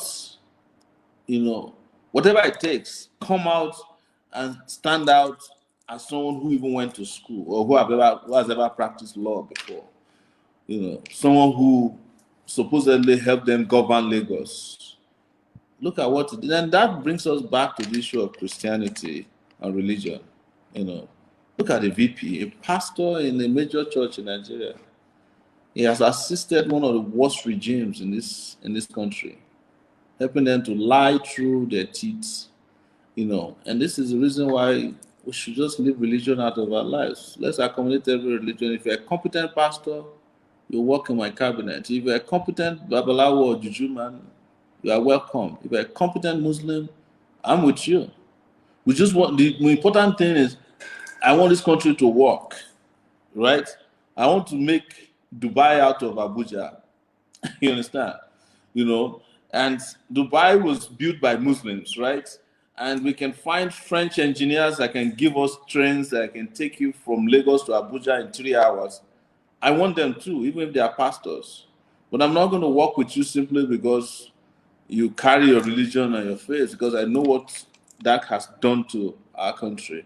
So Buhari, in a nutshell, didn't come with an education agenda. And the truth is that somebody who is uneducated cannot give you education. It's not possible. The man is stark illiterate in a lot of, we cannot lie about it. He has no idea what is required to educate people. But he interestingly understands the value of education, because that's the reason why he never sent his children to Almajiri schools. He made sure that his children went to, very good United Kingdom schools. I mean, in the UK, they went to school in the UK, and a lot of the schools were not even Muslim schools. They were Christian schools, because he understands the value of education, but he doesn't have the capacity to give to Nigerians the education Nigeria deserves in this century that we're in. And that's the problem. I think I've lost you. I can't hear you anymore if you're still speaking. So all right. Just so that you. Okay, I can hear you now. Okay, I can hear you now. The wrong microphone. Okay. So Buhari never had an educational policy, right?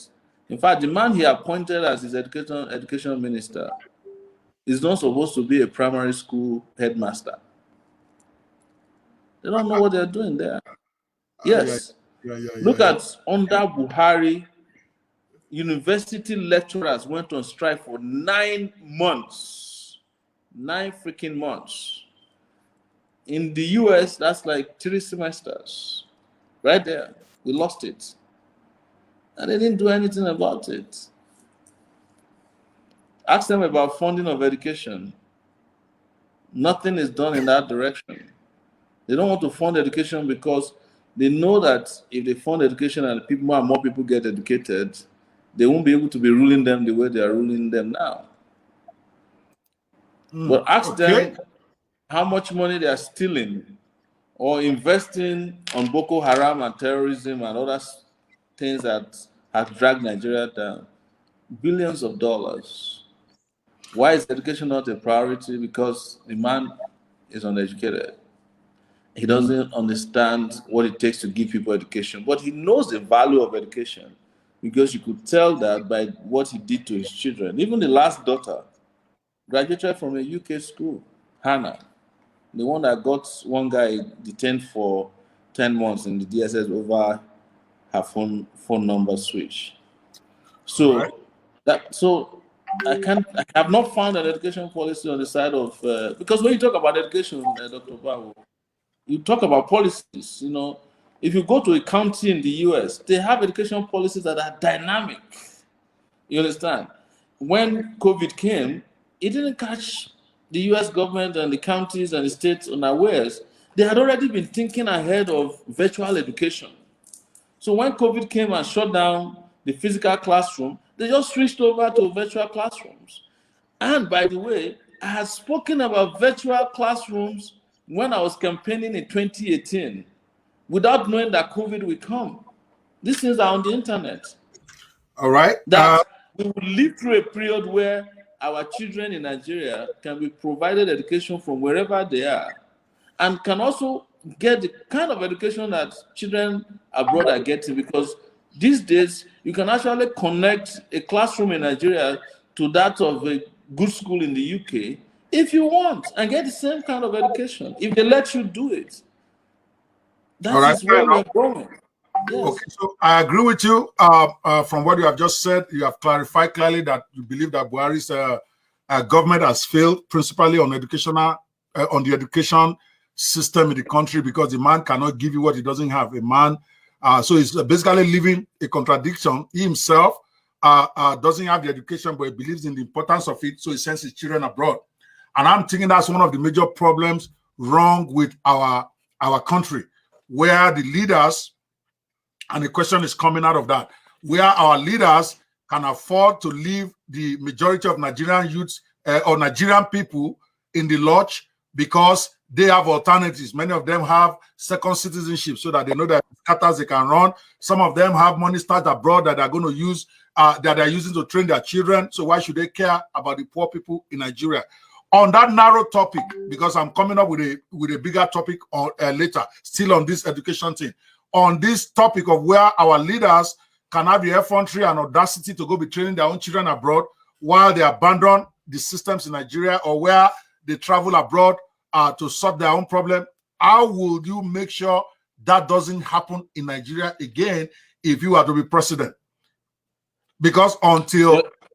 Sorry, go ahead. If you understand what I'm going, I was going to explain a bit. Go ahead. No, but please land.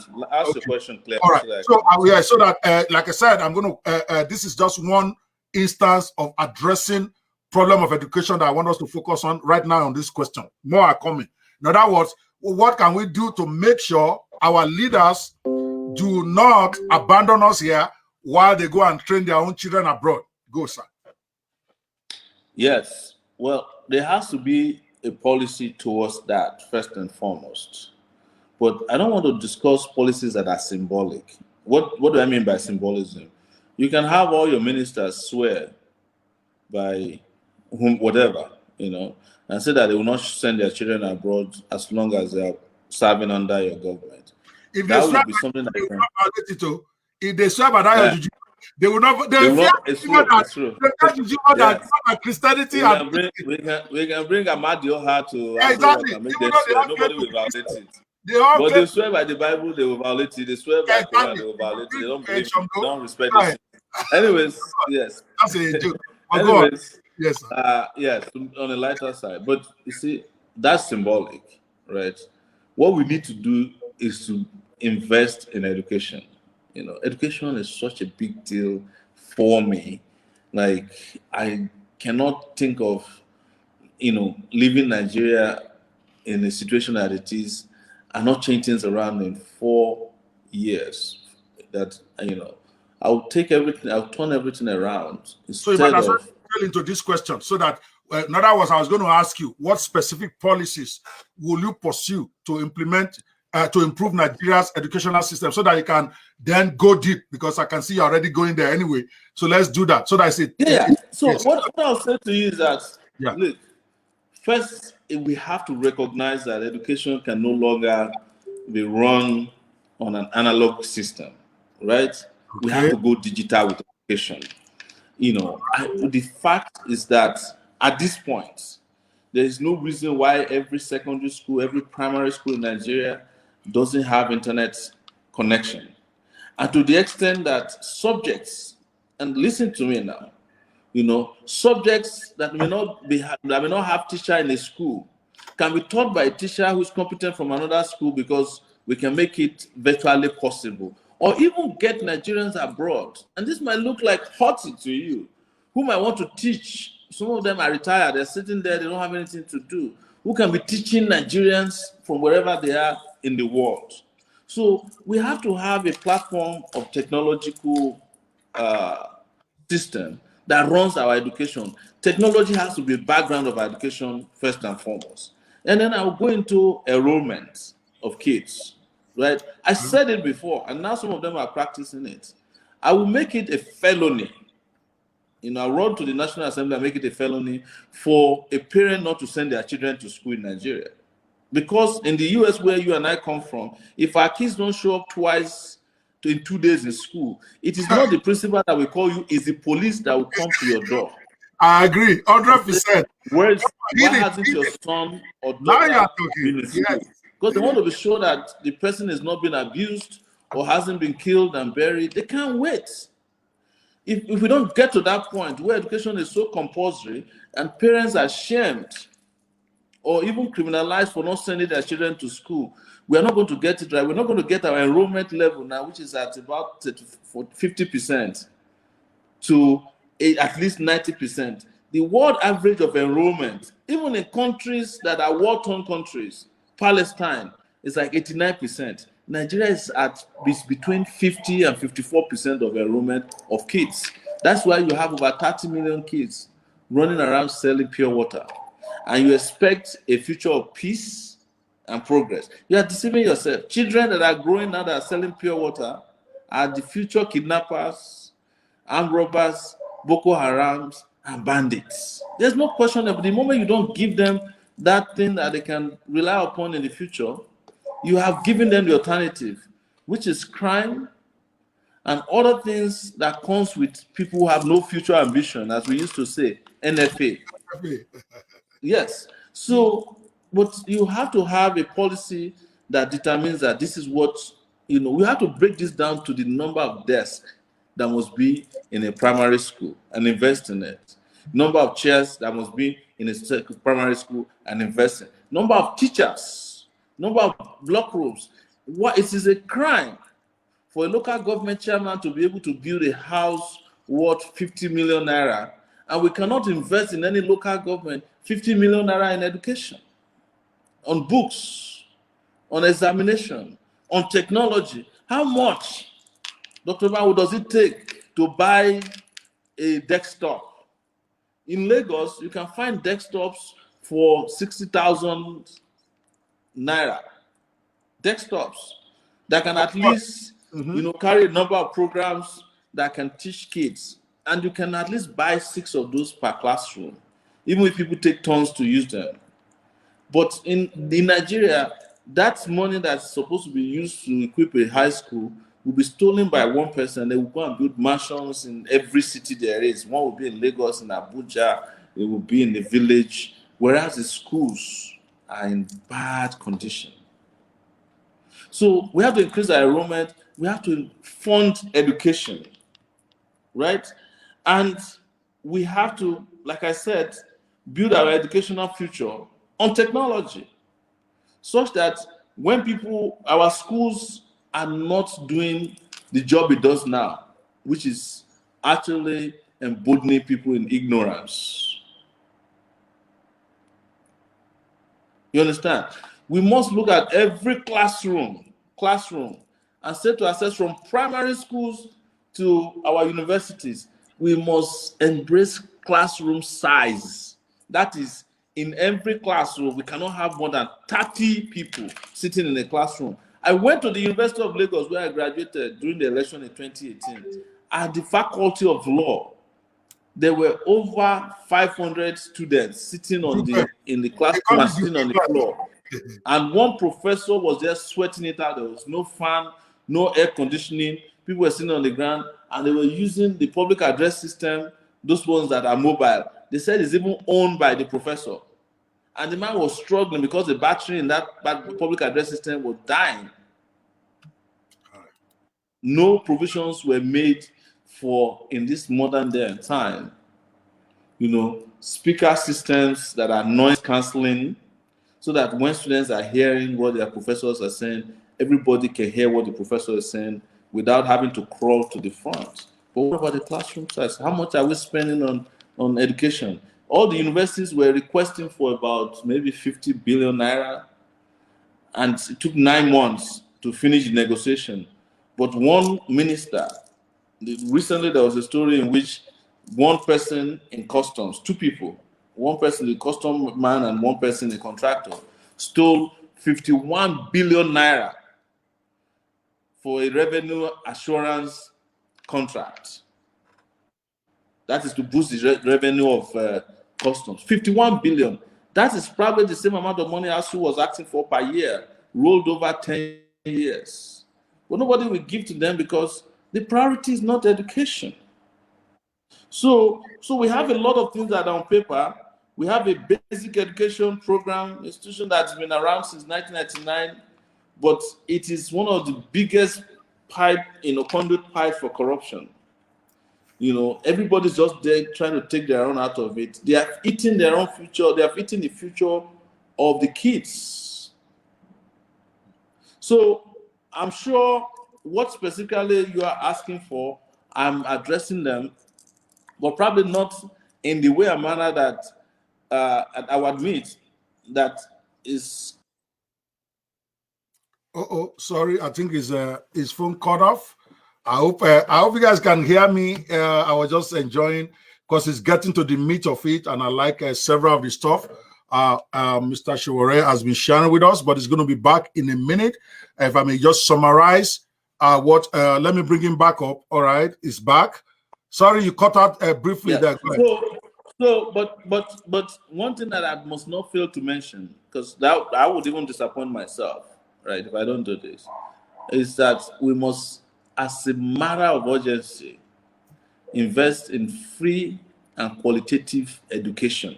And that's where I have problems sometimes when I was campaigning with people who are in the middle. They felt that education must not be free. You must pay through your nose, but if you are paying through your nose to go to school, for people who cannot afford it, in a country where most people, 80% of the population live under less than $1 per day, you are just inviting crisis, because what that means is that a lot of your citizens will not be able to afford education. And we are at the point where we must invest in education in such a way that people who can't afford education now should be able to go to school. I don't have a problem with the loan system, you understand? But my own loan system will be different.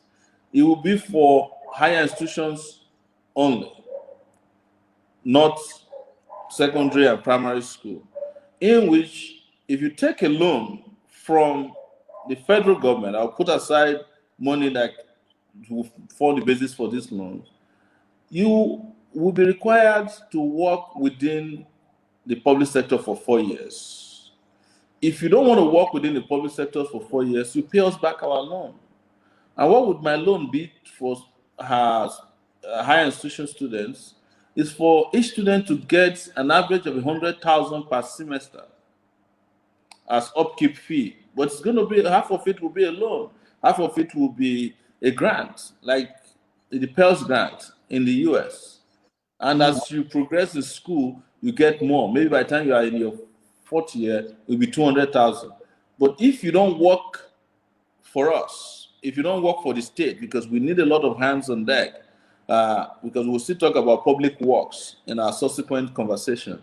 You have to pay back that money. If you decide to go to the private sector or you go and form your own business, you just have a discussion with us on how to pay back the money. But we'll make money available for everybody who is interested in going to school.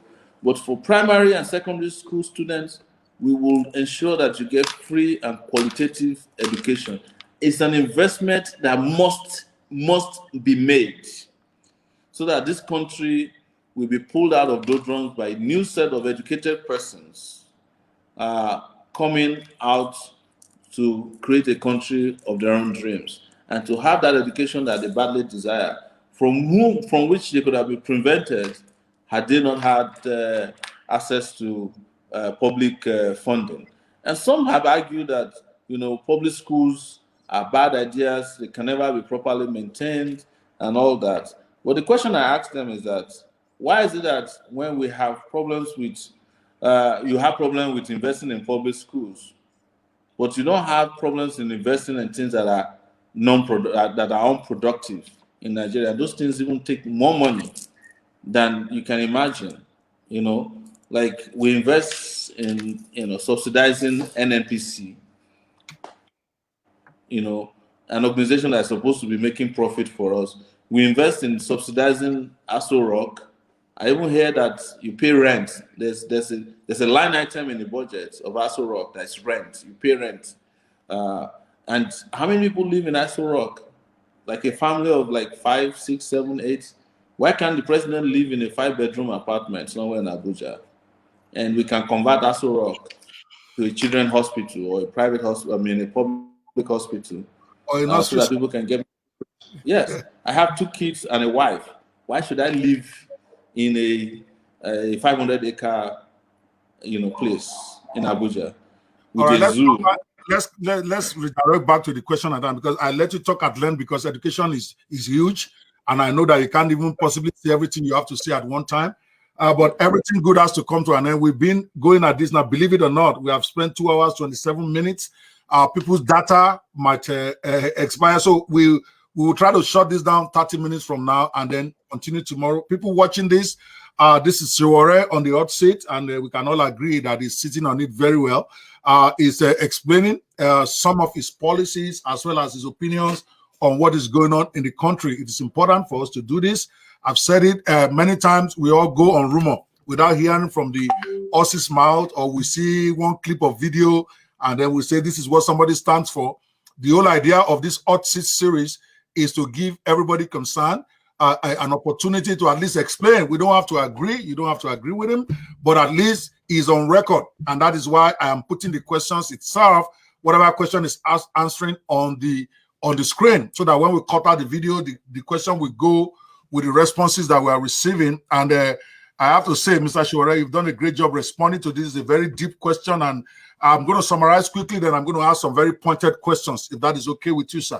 What they have said that I really like, that I'm sure a lot of Nigerians out there may like or not like, and now I'm mixing my own opinion in here. He has said, I will need to recognize that we need to go digital. He has said internet connection should be for all schools. And some of this stuff, yeah, I know I'm an interviewer, my opinion shouldn't come in here. But really, it's absurd if we can't prioritize that. It's schools, we're not even talking about individuals. So I'm with him 100% on that. Enrollment of kids in school, he is saying it should be a felony.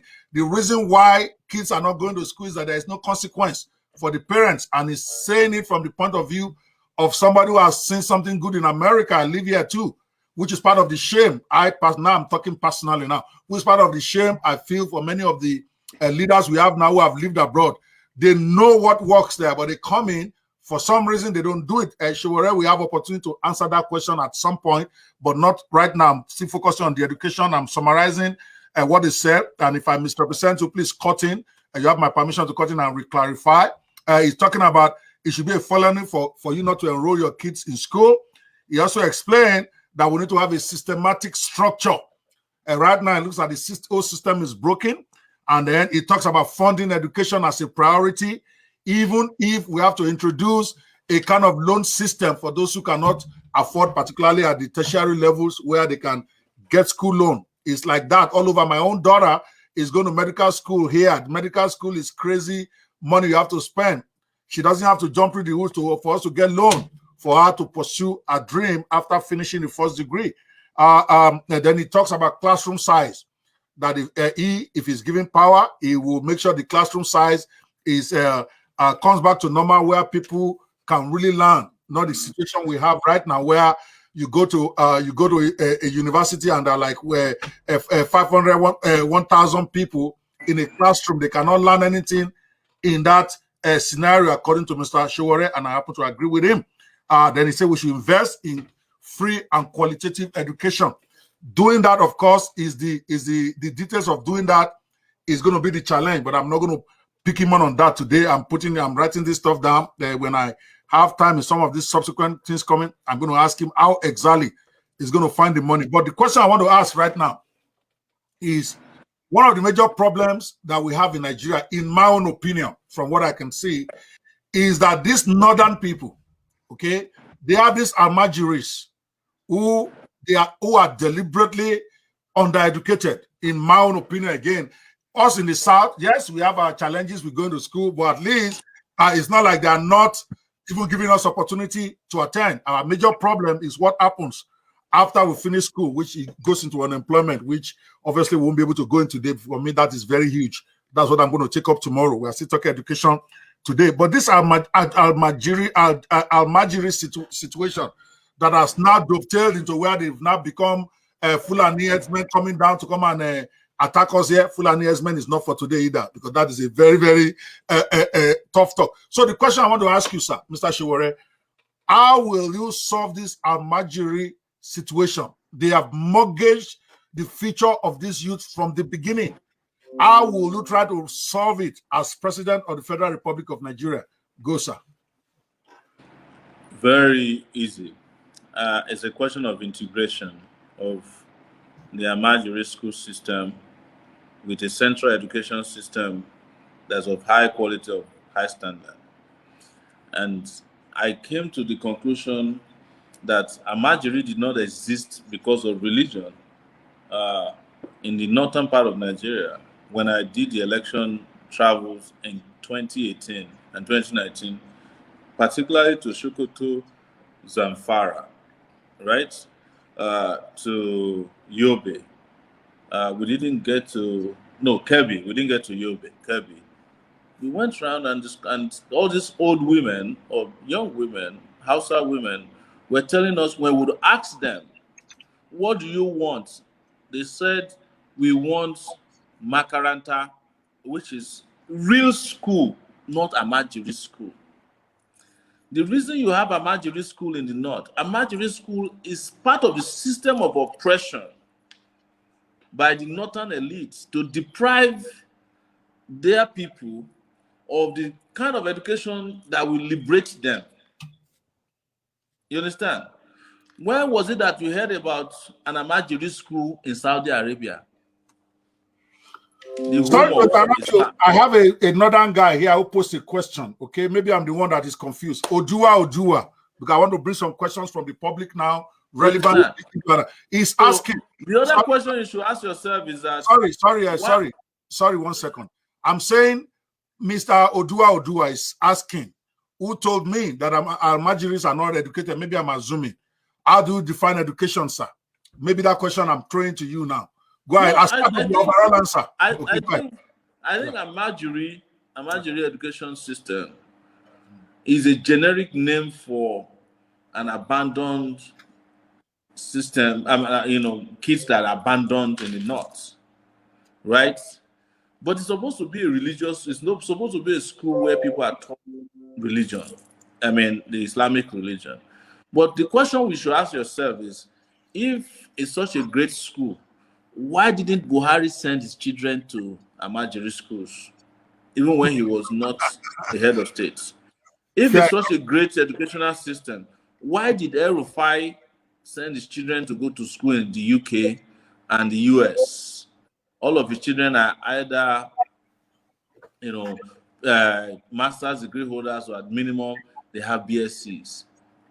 So what we need to do is to integrate the existing Almajiri schools with the secular educational system that we have. When I was in school, we can do Christian religious knowledge or Bible religious knowledge and also do chemistry and do physics. You understand? It won't kill anybody if you're an Amajiri, if you graduate from Amajiri and you become a pilot, right? Not a beggar. So when people are saying Amajiri schools or the kind of Amajiri schools they have in the north, it's not the ones that empower those young people. It's not the truth. Children that go to Amajiri schools are children that are abandoned by their parents in the hands of these, Islamic teachers because they can't take care of them. And then, most of them, they never go back to them. It is through them that Boko Haram recruits massively today. Kidnappers, bandits. That's where they get the bulk of their workforce from. Don't let us lie about it. The Amajiri school system is not good for the development of young people, but that is not to condemn their right to have religious education as young as they want. What we just need is an integration system where you can have teachers who teach these kids Amajiri, also teach them integrated science and other sciences and philosophy and social sciences as well. That's what we're asking for, is integration. It's not that's what I will pursue religiously. And I know that you will come against these northern elites who always use religion to deceive and subjugate people. But it is not about just coming against them. You have to call them out and provide an alternative for these kids. And I guarantee you that the moment the kids find better schools to go to, they will prefer the better schools than to be beaten from morning till night and be given bowls to beg on the streets in Kano and other places. That is not the kind of future that we should envisage for our children. Because these children are so innocent that they cannot take these decisions for themselves. And we cannot allow wicked adults to be taking such decisions for them that will not guarantee them the future that they deserve or that is desirable. 100%. All right. Thank you so much. Again, let me reset so that people who are just joining us can understand where we are. With this, I'm having Mr. Sowore, one of the hardcore agitators in the country, depending on which part of him you are looking at and who you are. You can either see a liberator for Nigeria or you can see a problem that is about to cause confusion in Nigeria. Either way, I think at this point, everybody will agree you cannot ignore Mr. Omoyele Sowore when it comes to Nigerian politics. And that's why I'm having him here on this Nigeria Lives Matter series, because we plan to talk to every one of our emerging leaders. We want to hear from them on what they will do, because it's easy to criticize. What will you do when you get in there? So that we get them on record and then we see how they are thinking. So that way we can be able to say, oh, is this man likely to take me to the promised land or just a blowhard? And I have to say, Mr. Sowore has been detailed when given opportunity to be detailed, even though that is not often easy for politicians to do as to specifics. And I want to appreciate that. No, I'm going to see on this education. Again, we are going to be ending this in another 20 minutes. We have been going on for like 2 hours. So we want to make sure it's a 3-hour interview, particularly out of deference to those of you who are using your data to join us and conserve your data. We'll be back again tomorrow, same time, to take on the issue of unemployment and how Mr. Sowore will solve it, along with this, the remaining part of my questions on education. But I have one that is, from what you have said, you mentioned something about investing in free and qualitative education. And I think that anybody who has any sense will agree with that. But the problem is, and I'll take you back a little bit into history before I hit my main question for you here. Many people, and again, which I'm saying what is out there, not necessarily my opinion now. Many people, when they're trying to identify the problem of education in Nigeria, they trace it all the way back to Jakonde. Okay, in terms of quality, they are saying when Jakonde came and he wanted to jam down a free education in the for everybody, which is a laudable idea because education should not be the preserve of the elite. He ended up creating, quote and unquote, a lot of substandard schools, and because they didn't invest in the training of teachers and all the other stuff that goes into quality education, the standard of education began to fall. Where some of those schools, all of us were here then, I'm sure you are very much conscious of those schools where some of them, when it rains, they can't use the class. The teachers became very, very unreliable. And then because Jakonde also annexed all the, at least for secondary schools, all the missionary schools and the privately funded schools like Adeola Adutola College, St. Finbas, all those, he annexed them and put them under the government. So those schools that were traditionally very high quality, all of a sudden, the quality began to drop extensively. So my question to you, sir, is that first, as a what I call a policy statement, before we dig into the details of it, if you are president, are you going to privatize education system, or you are going to go the Jakonde route and government takes it all over so that government can run it, or you're going to do a hybrid? What exactly will you do? And I preface that again to give you a better way to grasp it, is that it is easy to say we want free education for everybody. We know finances is a problem. We know the resources. We know the teacher issue is a problem. So holistically, starting from that first premise, are you going to privatize or are you going to leave it in the hands of private? How do you plan to deal with this major issue? Thank you, sir. Go. Well, it's going to be a mix. When I say mixes, I'm not going to privatize schools that are owned by private individuals. You have a choice to go to a private school if you can afford it. What I want to make affordable are those public schools that are in existence, are creating more of those schools. See, I wasn't a big fan of Jakonde, but one thing you can't take away from Jakonde is that had he not come to Lagos, and had Ajasi not come to Ondo State, I would be a palm wine tapper today. Do you know why? Good one. Yeah. Do you know why? Yes, in my sir. hometown, as of 1980, when I got admission to secondary school, only 6 kids goes from my hometown. So only 6 kids are admitted to secondary school. They have to go to another town, which is about 9 hours away, because there were no roads. We go by canoe and do exams, and then they'll be taken in after the entrance exams. And those 6 kids became 300 in 1980 when Ajashin, through Awolowo's free education, brought a secondary school to my place. And today, from that school between 1980 and 1985, when it was closed down by the military, Babangida and his people, it started with Buhari in 1983-84. They started closing down the schools. Between that period, and my hometown was able to produce people that have now become PhD holders.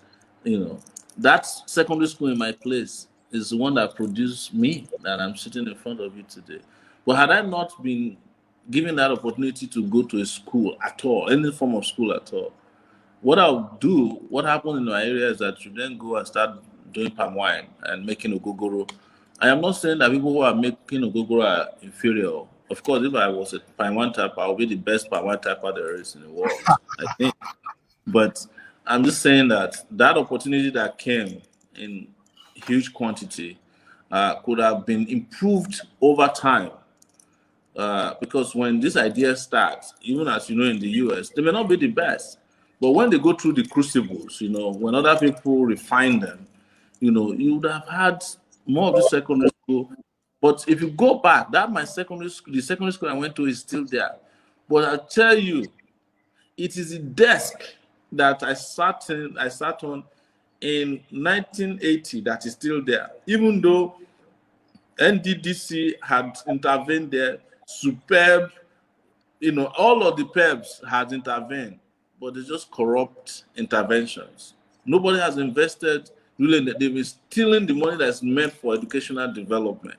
If you go to TED Fund, which is the funding for higher institutions in Nigeria, I think is the home for corruption. They just issue contracts to themselves there, they embezzle it, and not maybe they'll build one substandard building in the university somewhere, Nothing. They are not investing in education. They are stealing money meant for education. So I don't have a problem with the Jakonde that even started something. I have a problem with the landlords and owners of Lagos these days who are making more money but are not investing in education the way they should. Lekki Toll Gate alone. I mean, there's one company called Alphabet owned by Tinubu. They were found to have shared 150 billion naira to Tinubu and the current governor of Osun State. 150 billion naira. Go and ask, what's the budget? Hold on a second. They yes. gave them 150 billion. Who gave them 150 billion? They have an arrangement to collect tax in Lagos from the Lagos State on behalf of the Lagos State government, and their own share of the tax is 150 billion. Get out of here! Get out of here! 150 billion. Yes. Go and read about Akpara. There's a man called Akpara. He's hiding in Dubai now.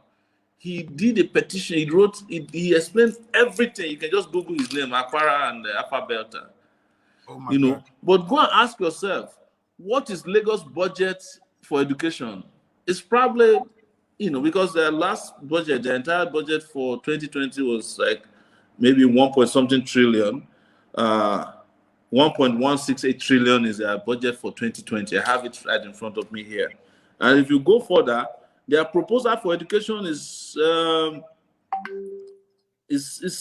probably around 150 billion. That is the amount of money that went to one individual. You have not spoken about the Lekki Toll Gate. You have not spoken about other revenues that these guys are taking in.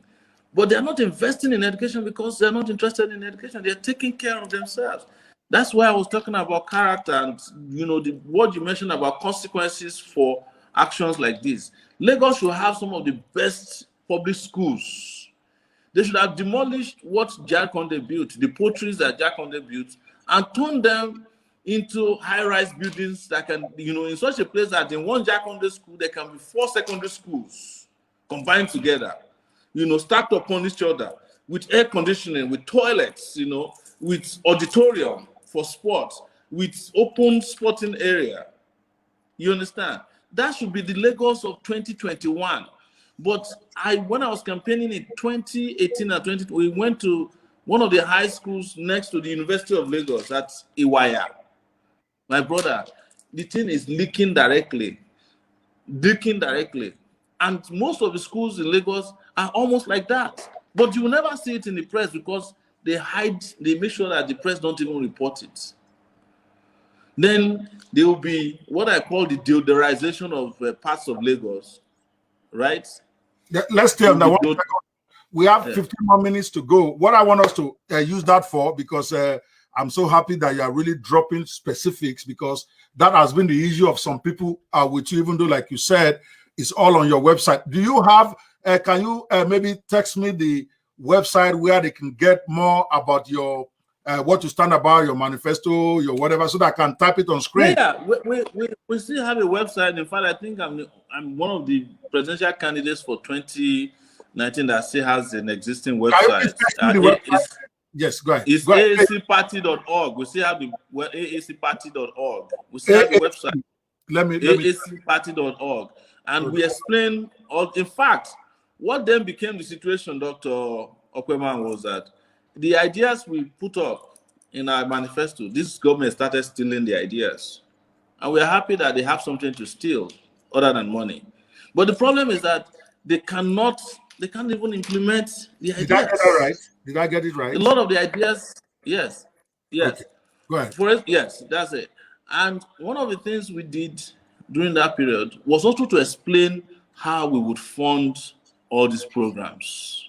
Okay. We broke it down, including looking at the tax to GDP ratio in Nigeria. We have the lowest in the world. Our tax to GDP ratio is 6%. Ghana is 15%. So we are under collecting taxes. The reason why they are under collecting taxes, by the way, is that there's free oil money, number one. Secondly, if people pay taxes, they will ask questions. So Nigerian leaders don't want to answer questions about how they spend money. So they don't collect taxes. They just share the oil money. Okay. Yes, they prefer to share the free money, free booty, then because they know if they collect taxes, Nigerian will ask, what did you do with my taxes? So as a result, we have the lowest GDP to tax ratio almost in the world. Ghana has 15. The percentage of GDP to tax ratio for the rest of the world is about 17% or thereabout. We are 6%. They're not collecting taxes. They're not interested in collecting taxes. Even when the taxes they are collecting, they are embezzling it. From oil companies alone, Nigeria is being owed over $90 billion on paid taxes from oil companies alone. This is legit. Nobody's collecting them. Rather, they prefer collecting bribes. Let me tell you, MTN alone, this the company the phone company, at one time took out of Nigeria $13 billion capital flights. You dare not try that in the US. You and I know that to get out of the US, coming to Nigeria when we want to come home, you cannot take more than $9,000. If you take more than $9,000, they catch you with it. You've lost that money. You are not taking it with you until you come back. Come and explain. Because $10,000 is how much you can take out at a time. So, but we don't have all these policies because people are more interested in their personal, comfort and interests. And greed has become the official policy of people in government. All right. Very personalized greed. So I just went in that direction to explain to you that not only are we discussing these matters around these policies of education, but we have figured out how to fund our educational policies. We have figured out how to fund our infrastructural policy. We have figured out how to fund policing, the power sector, how we want to introduce the energy mix. And I know we are not getting there yet. We'll discuss that in subsequent events. I'm sorry, I didn't want to interrupt you. I wanted to make us, because we have, in fact, a fight has broken out in the threads between your fans and those who are against you, and I'm loving it. So what I want us to do to spend the last 15 minutes on is to take questions from the audience, because there's a reason why I brought you into this closed room so that people don't interrupt you. I want your views on the record, and I'm glad that you stood up to the challenge and were able to clearly and freely and without any ambiguity put your views across, so that those who have not been able to go to your site, like you told me the other day, those who have been too lazy to go to your site, at least they can hear you. And part of my own job in enthroning a good government, everybody's doing their own part. Some are forming association, some are doing this, is for me to let the views of all the what I call the new generation leaders. I don't want to have anything to do with any of the old ones. I've made myself clear. But who do we want to replace them with? It's important for us to know how they are thinking, because they can write anything they want. But when you are hearing a man say it, you can gauge his demeanor, you can gauge his articulate way of explaining himself, to be able to know whether there's somebody you can trust and whether there's somebody who can do what he says he can do. That's why we are doing this. And I'm not being partial to Sowore. Is the one I feel that if I'm going to do this series, is one of the most visible out there. He's got a very powerful fan base, and it's fair enough, and he's willing. I've tried to get Fela Durotoye. He has not even responded to my call. Those who know him, please let him know I'm looking for. I know him personally. I've met with him. Maybe I have the wrong number, is why he's not responding. I want to talk to him too. I want Nigerians to hear from him. I want to talk to our man, I keep forgetting his name, the Christian brother who is running, that everybody also says very cerebral. If you have a candidate or you have an ambition to run for something and you want to hear your views, you can call me and we will schedule a sit interview. The only thing is not going to be a softball. We're going to ask you the tough questions. We are not here to make you smile. We are here to make you explain yourself clearly. So if it looks in the beginning that maybe I was antagonistic to Mr. Sowore, no, I'm not. The tough questions must be answered, and he has answered them. All right. So now let's take some questions from those of you. If you post your question, I am not interested in people who just want to be stupid. This is a serious talk. All right. It's a serious conversation Nigerians are having. I will post your question. And if your question, so I'm going to go in here and pick at random questions that I think make sense and that will present a challenge. Mr. Abe, the governor, you need to stop doing this. I'm seeing you out there. Obviously, you are somebody in government. You know, I know you. You're my friend. I will call you out. If you have a legitimate question for Mr. Sowore, please ask it. This is not, don't engage his fans in a debate. All right, bring it out. Now you have a question. I'll put your question out first because the first one I'm saying is saying, Mr. Sowore, can you agree to sign a legal binding agreement of what you will do your first 100 days in office? And if not done, agree to resign. All right, it's a legitimate question because we have had, even though the motive behind it may not be, because I don't deal with motives. Say what you have to say in public, and then we'll put it up there. And I think this is a legitimate question because we have had many leaders who promised. All right, and then we go there. Buhari is number one. I'm still very bitter about all of that. Where they promise and they get in there, they don't do. In your case, when you present your manifesto and you are voted in based on that, it's saying your first 100 days in office, all of you always list that. If you don't do it, do you want to sign an agreement to resign? Over to you, sir. I want to keep your answers short so that we can get as many questions for you as possible. All right, sir. Did you get it? Absolutely. All right, go ahead. If I cannot, in 100 days, in my first 100 days in office, if I cannot select a cabinet in my first 100 days in office, I'll resign. If I cannot select a cabinet. Right, exactly. Okay. Yes. That's you know, cold. That's on the lighter side. I know that's cold. That's cold, yeah, right? so, but 100 days in office, you know, I have spoken about this before because you know our manifesto was spread out in what we call Spicer hits, of which security was number one, the power sector, power was number two, infrastructure, anti-corruption, the economy, and restructuring of Nigeria, health, education,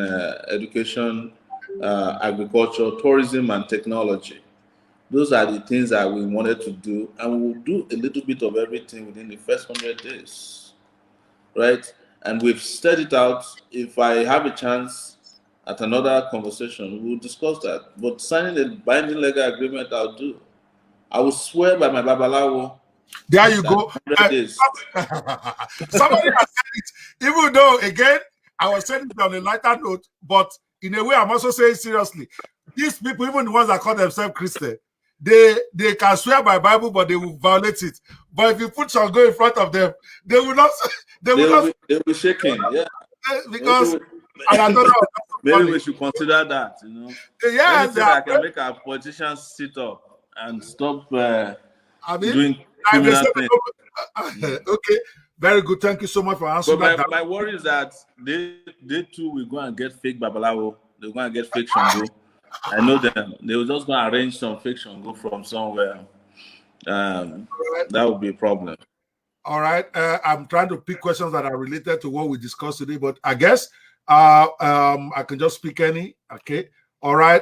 Here is I'm trying to get some of your fans, or at least those, because you have more people here saying they are for you than those who are against. I want to get some questions from them so that, Sowore, what is your opinion about the insecurity in Nigeria and self-defense adopted by different tribes? I think that's a good question. He's talking about the Amotekun. He's talking about the, I don't know whether it's Oanese. I know they also have their own thing. So what is your, of course, I think he's indirectly talking about the Sunday Igboho. Yeah, go ahead. Yeah, I always said it, you know, that when I become president of Nigeria, even university campuses will have a right to have their own police. University campuses. Local governments will have a right to have their own police. The only thing I will ensure as president is standardized training. You understand? That everybody that's having their police will come to a federally funded or jointly owned, police academy, where the standard for policing is the same, whether you are on a campus or you're in a local government, because one of my priorities will be to get rid of all these militias. Militias are not going to take Nigeria. When you create militias, you have created another security problem without knowing it or without accepting it. These are fire brigade approaches to security.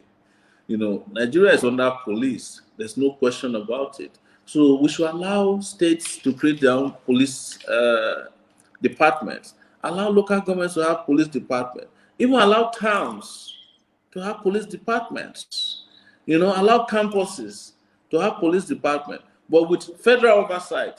What is federal oversight?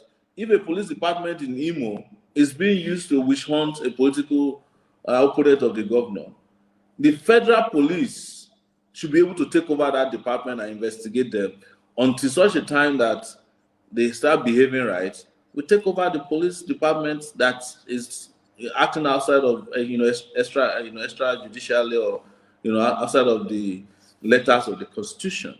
That's what I will encourage. And all right. most importantly, is to ensure that policemen are doing internal police work.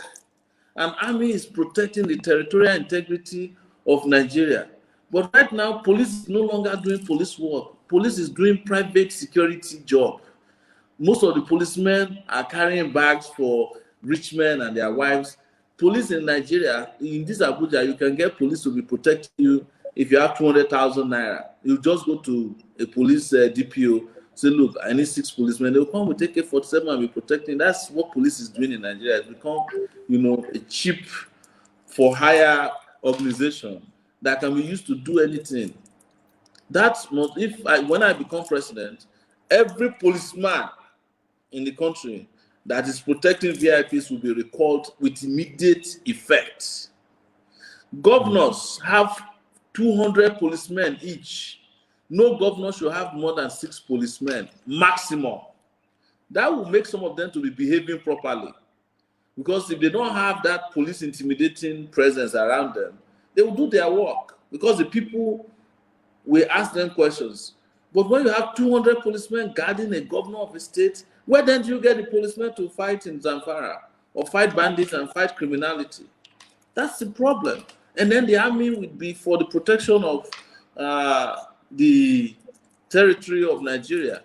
But in Nigeria today, army is doing traffic, so that they can collect money and extort money from people. Army is doing checkpoints and asking for paper. They're asking for particulars. Army will be asking for particulars on Nigerian roads. This country is absurd. All right. Thank you so much for responding to that. The next question I want you to respond to that somebody posted. This is one of the guys that have been very active on the thread. Now we are actually using the thread of the Nigeria Lives Matter. I know we are live in about 8 other places, but even on just this thread alone, there is literally 400-500 people on this just one thread. So I can only take so much before we have to shut it down. I don't want it to extend 3 hours. I think we're at the 2-hour, 40-minute mark or so. Actually, 2.5 hours. We started at 30 minutes past the hour. You said this would be for 2 hours. I know, but we're 2.5 hours. I have other meetings. I'm going to close it. That's what I'm trying to do. It's 2.5 hours. And that's why I'm trying to bring it to a close. Okay. All right. So definitely we'll come back tomorrow, but I had scheduled for other events. Yes, I know, and I apologize. I did tell you 2 hours. No problem at all. Right, so I'll just take 2 or 3 more questions so that we can close it before we're at the 3-hour mark. Now, Odua wants to know that we have a lot of Nigerians in diaspora. How can you get our vote to count, assuming you have the power to make this change? Go, sir. Well, I have said it. I am not going to lie to any one of you. With the current electoral system, there's no way votes will count. But let me... Oh, it froze, but it's going to be back. I think there is a... I don't know if they can hear him or if it's only me. Hold on. I'm just, before I step in there, Mr. Sowore is explaining. All right. I think I'm live. He's the one that is cut off. Can you guys hear Mr. Sowore right now? Because I think it's frozen on my screen. Can you, if you can't hear him, just tell me a no.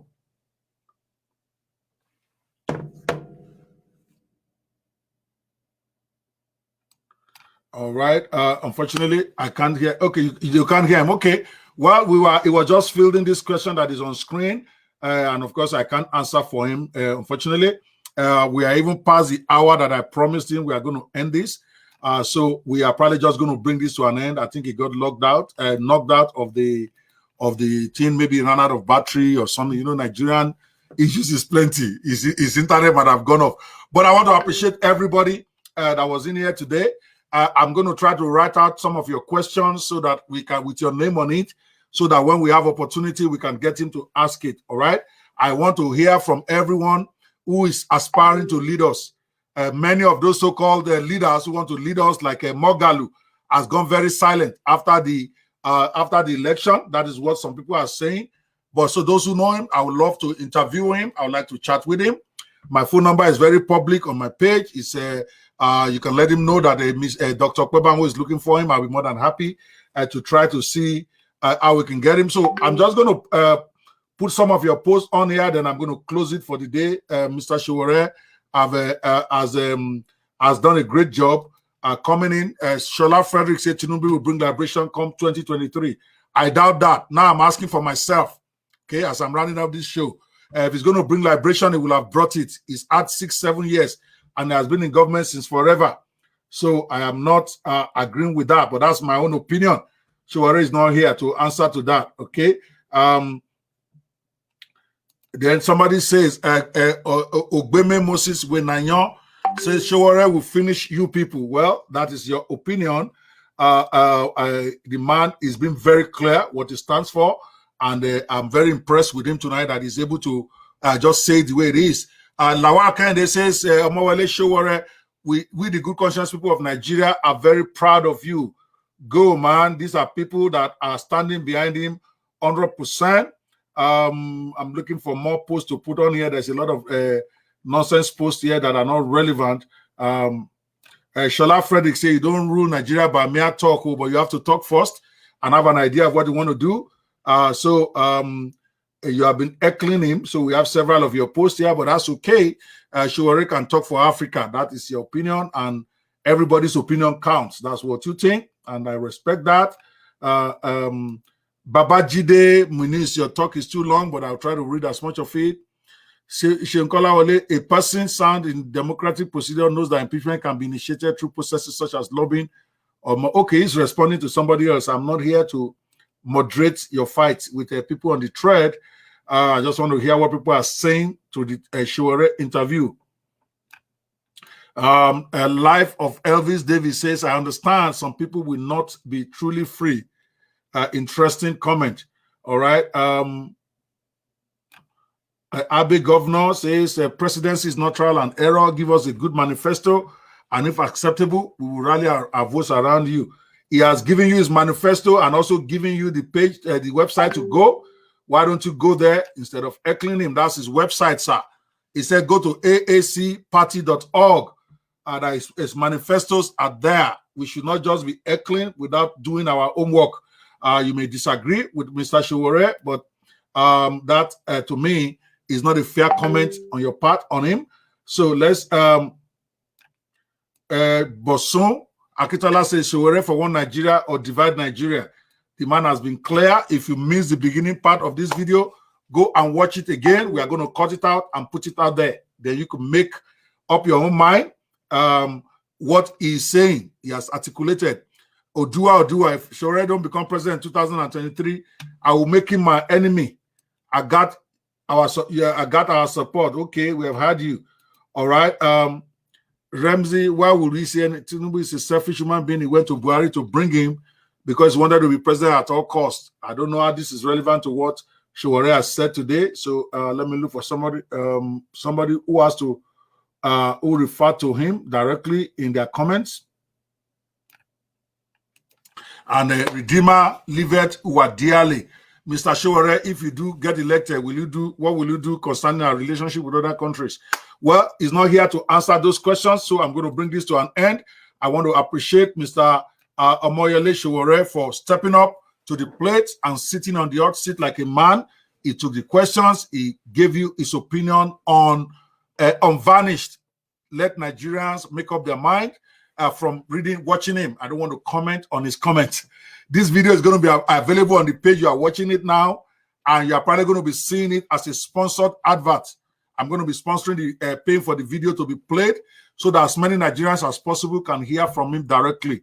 It does not mean that I'm pushing Sowore. I am just interviewing him, and I want Nigerians to know who he is, what he stands for, what he's going to do when he becomes president. Then Nigerians can then decide whether this is the man for them or not. I want to appreciate you again for tuning in.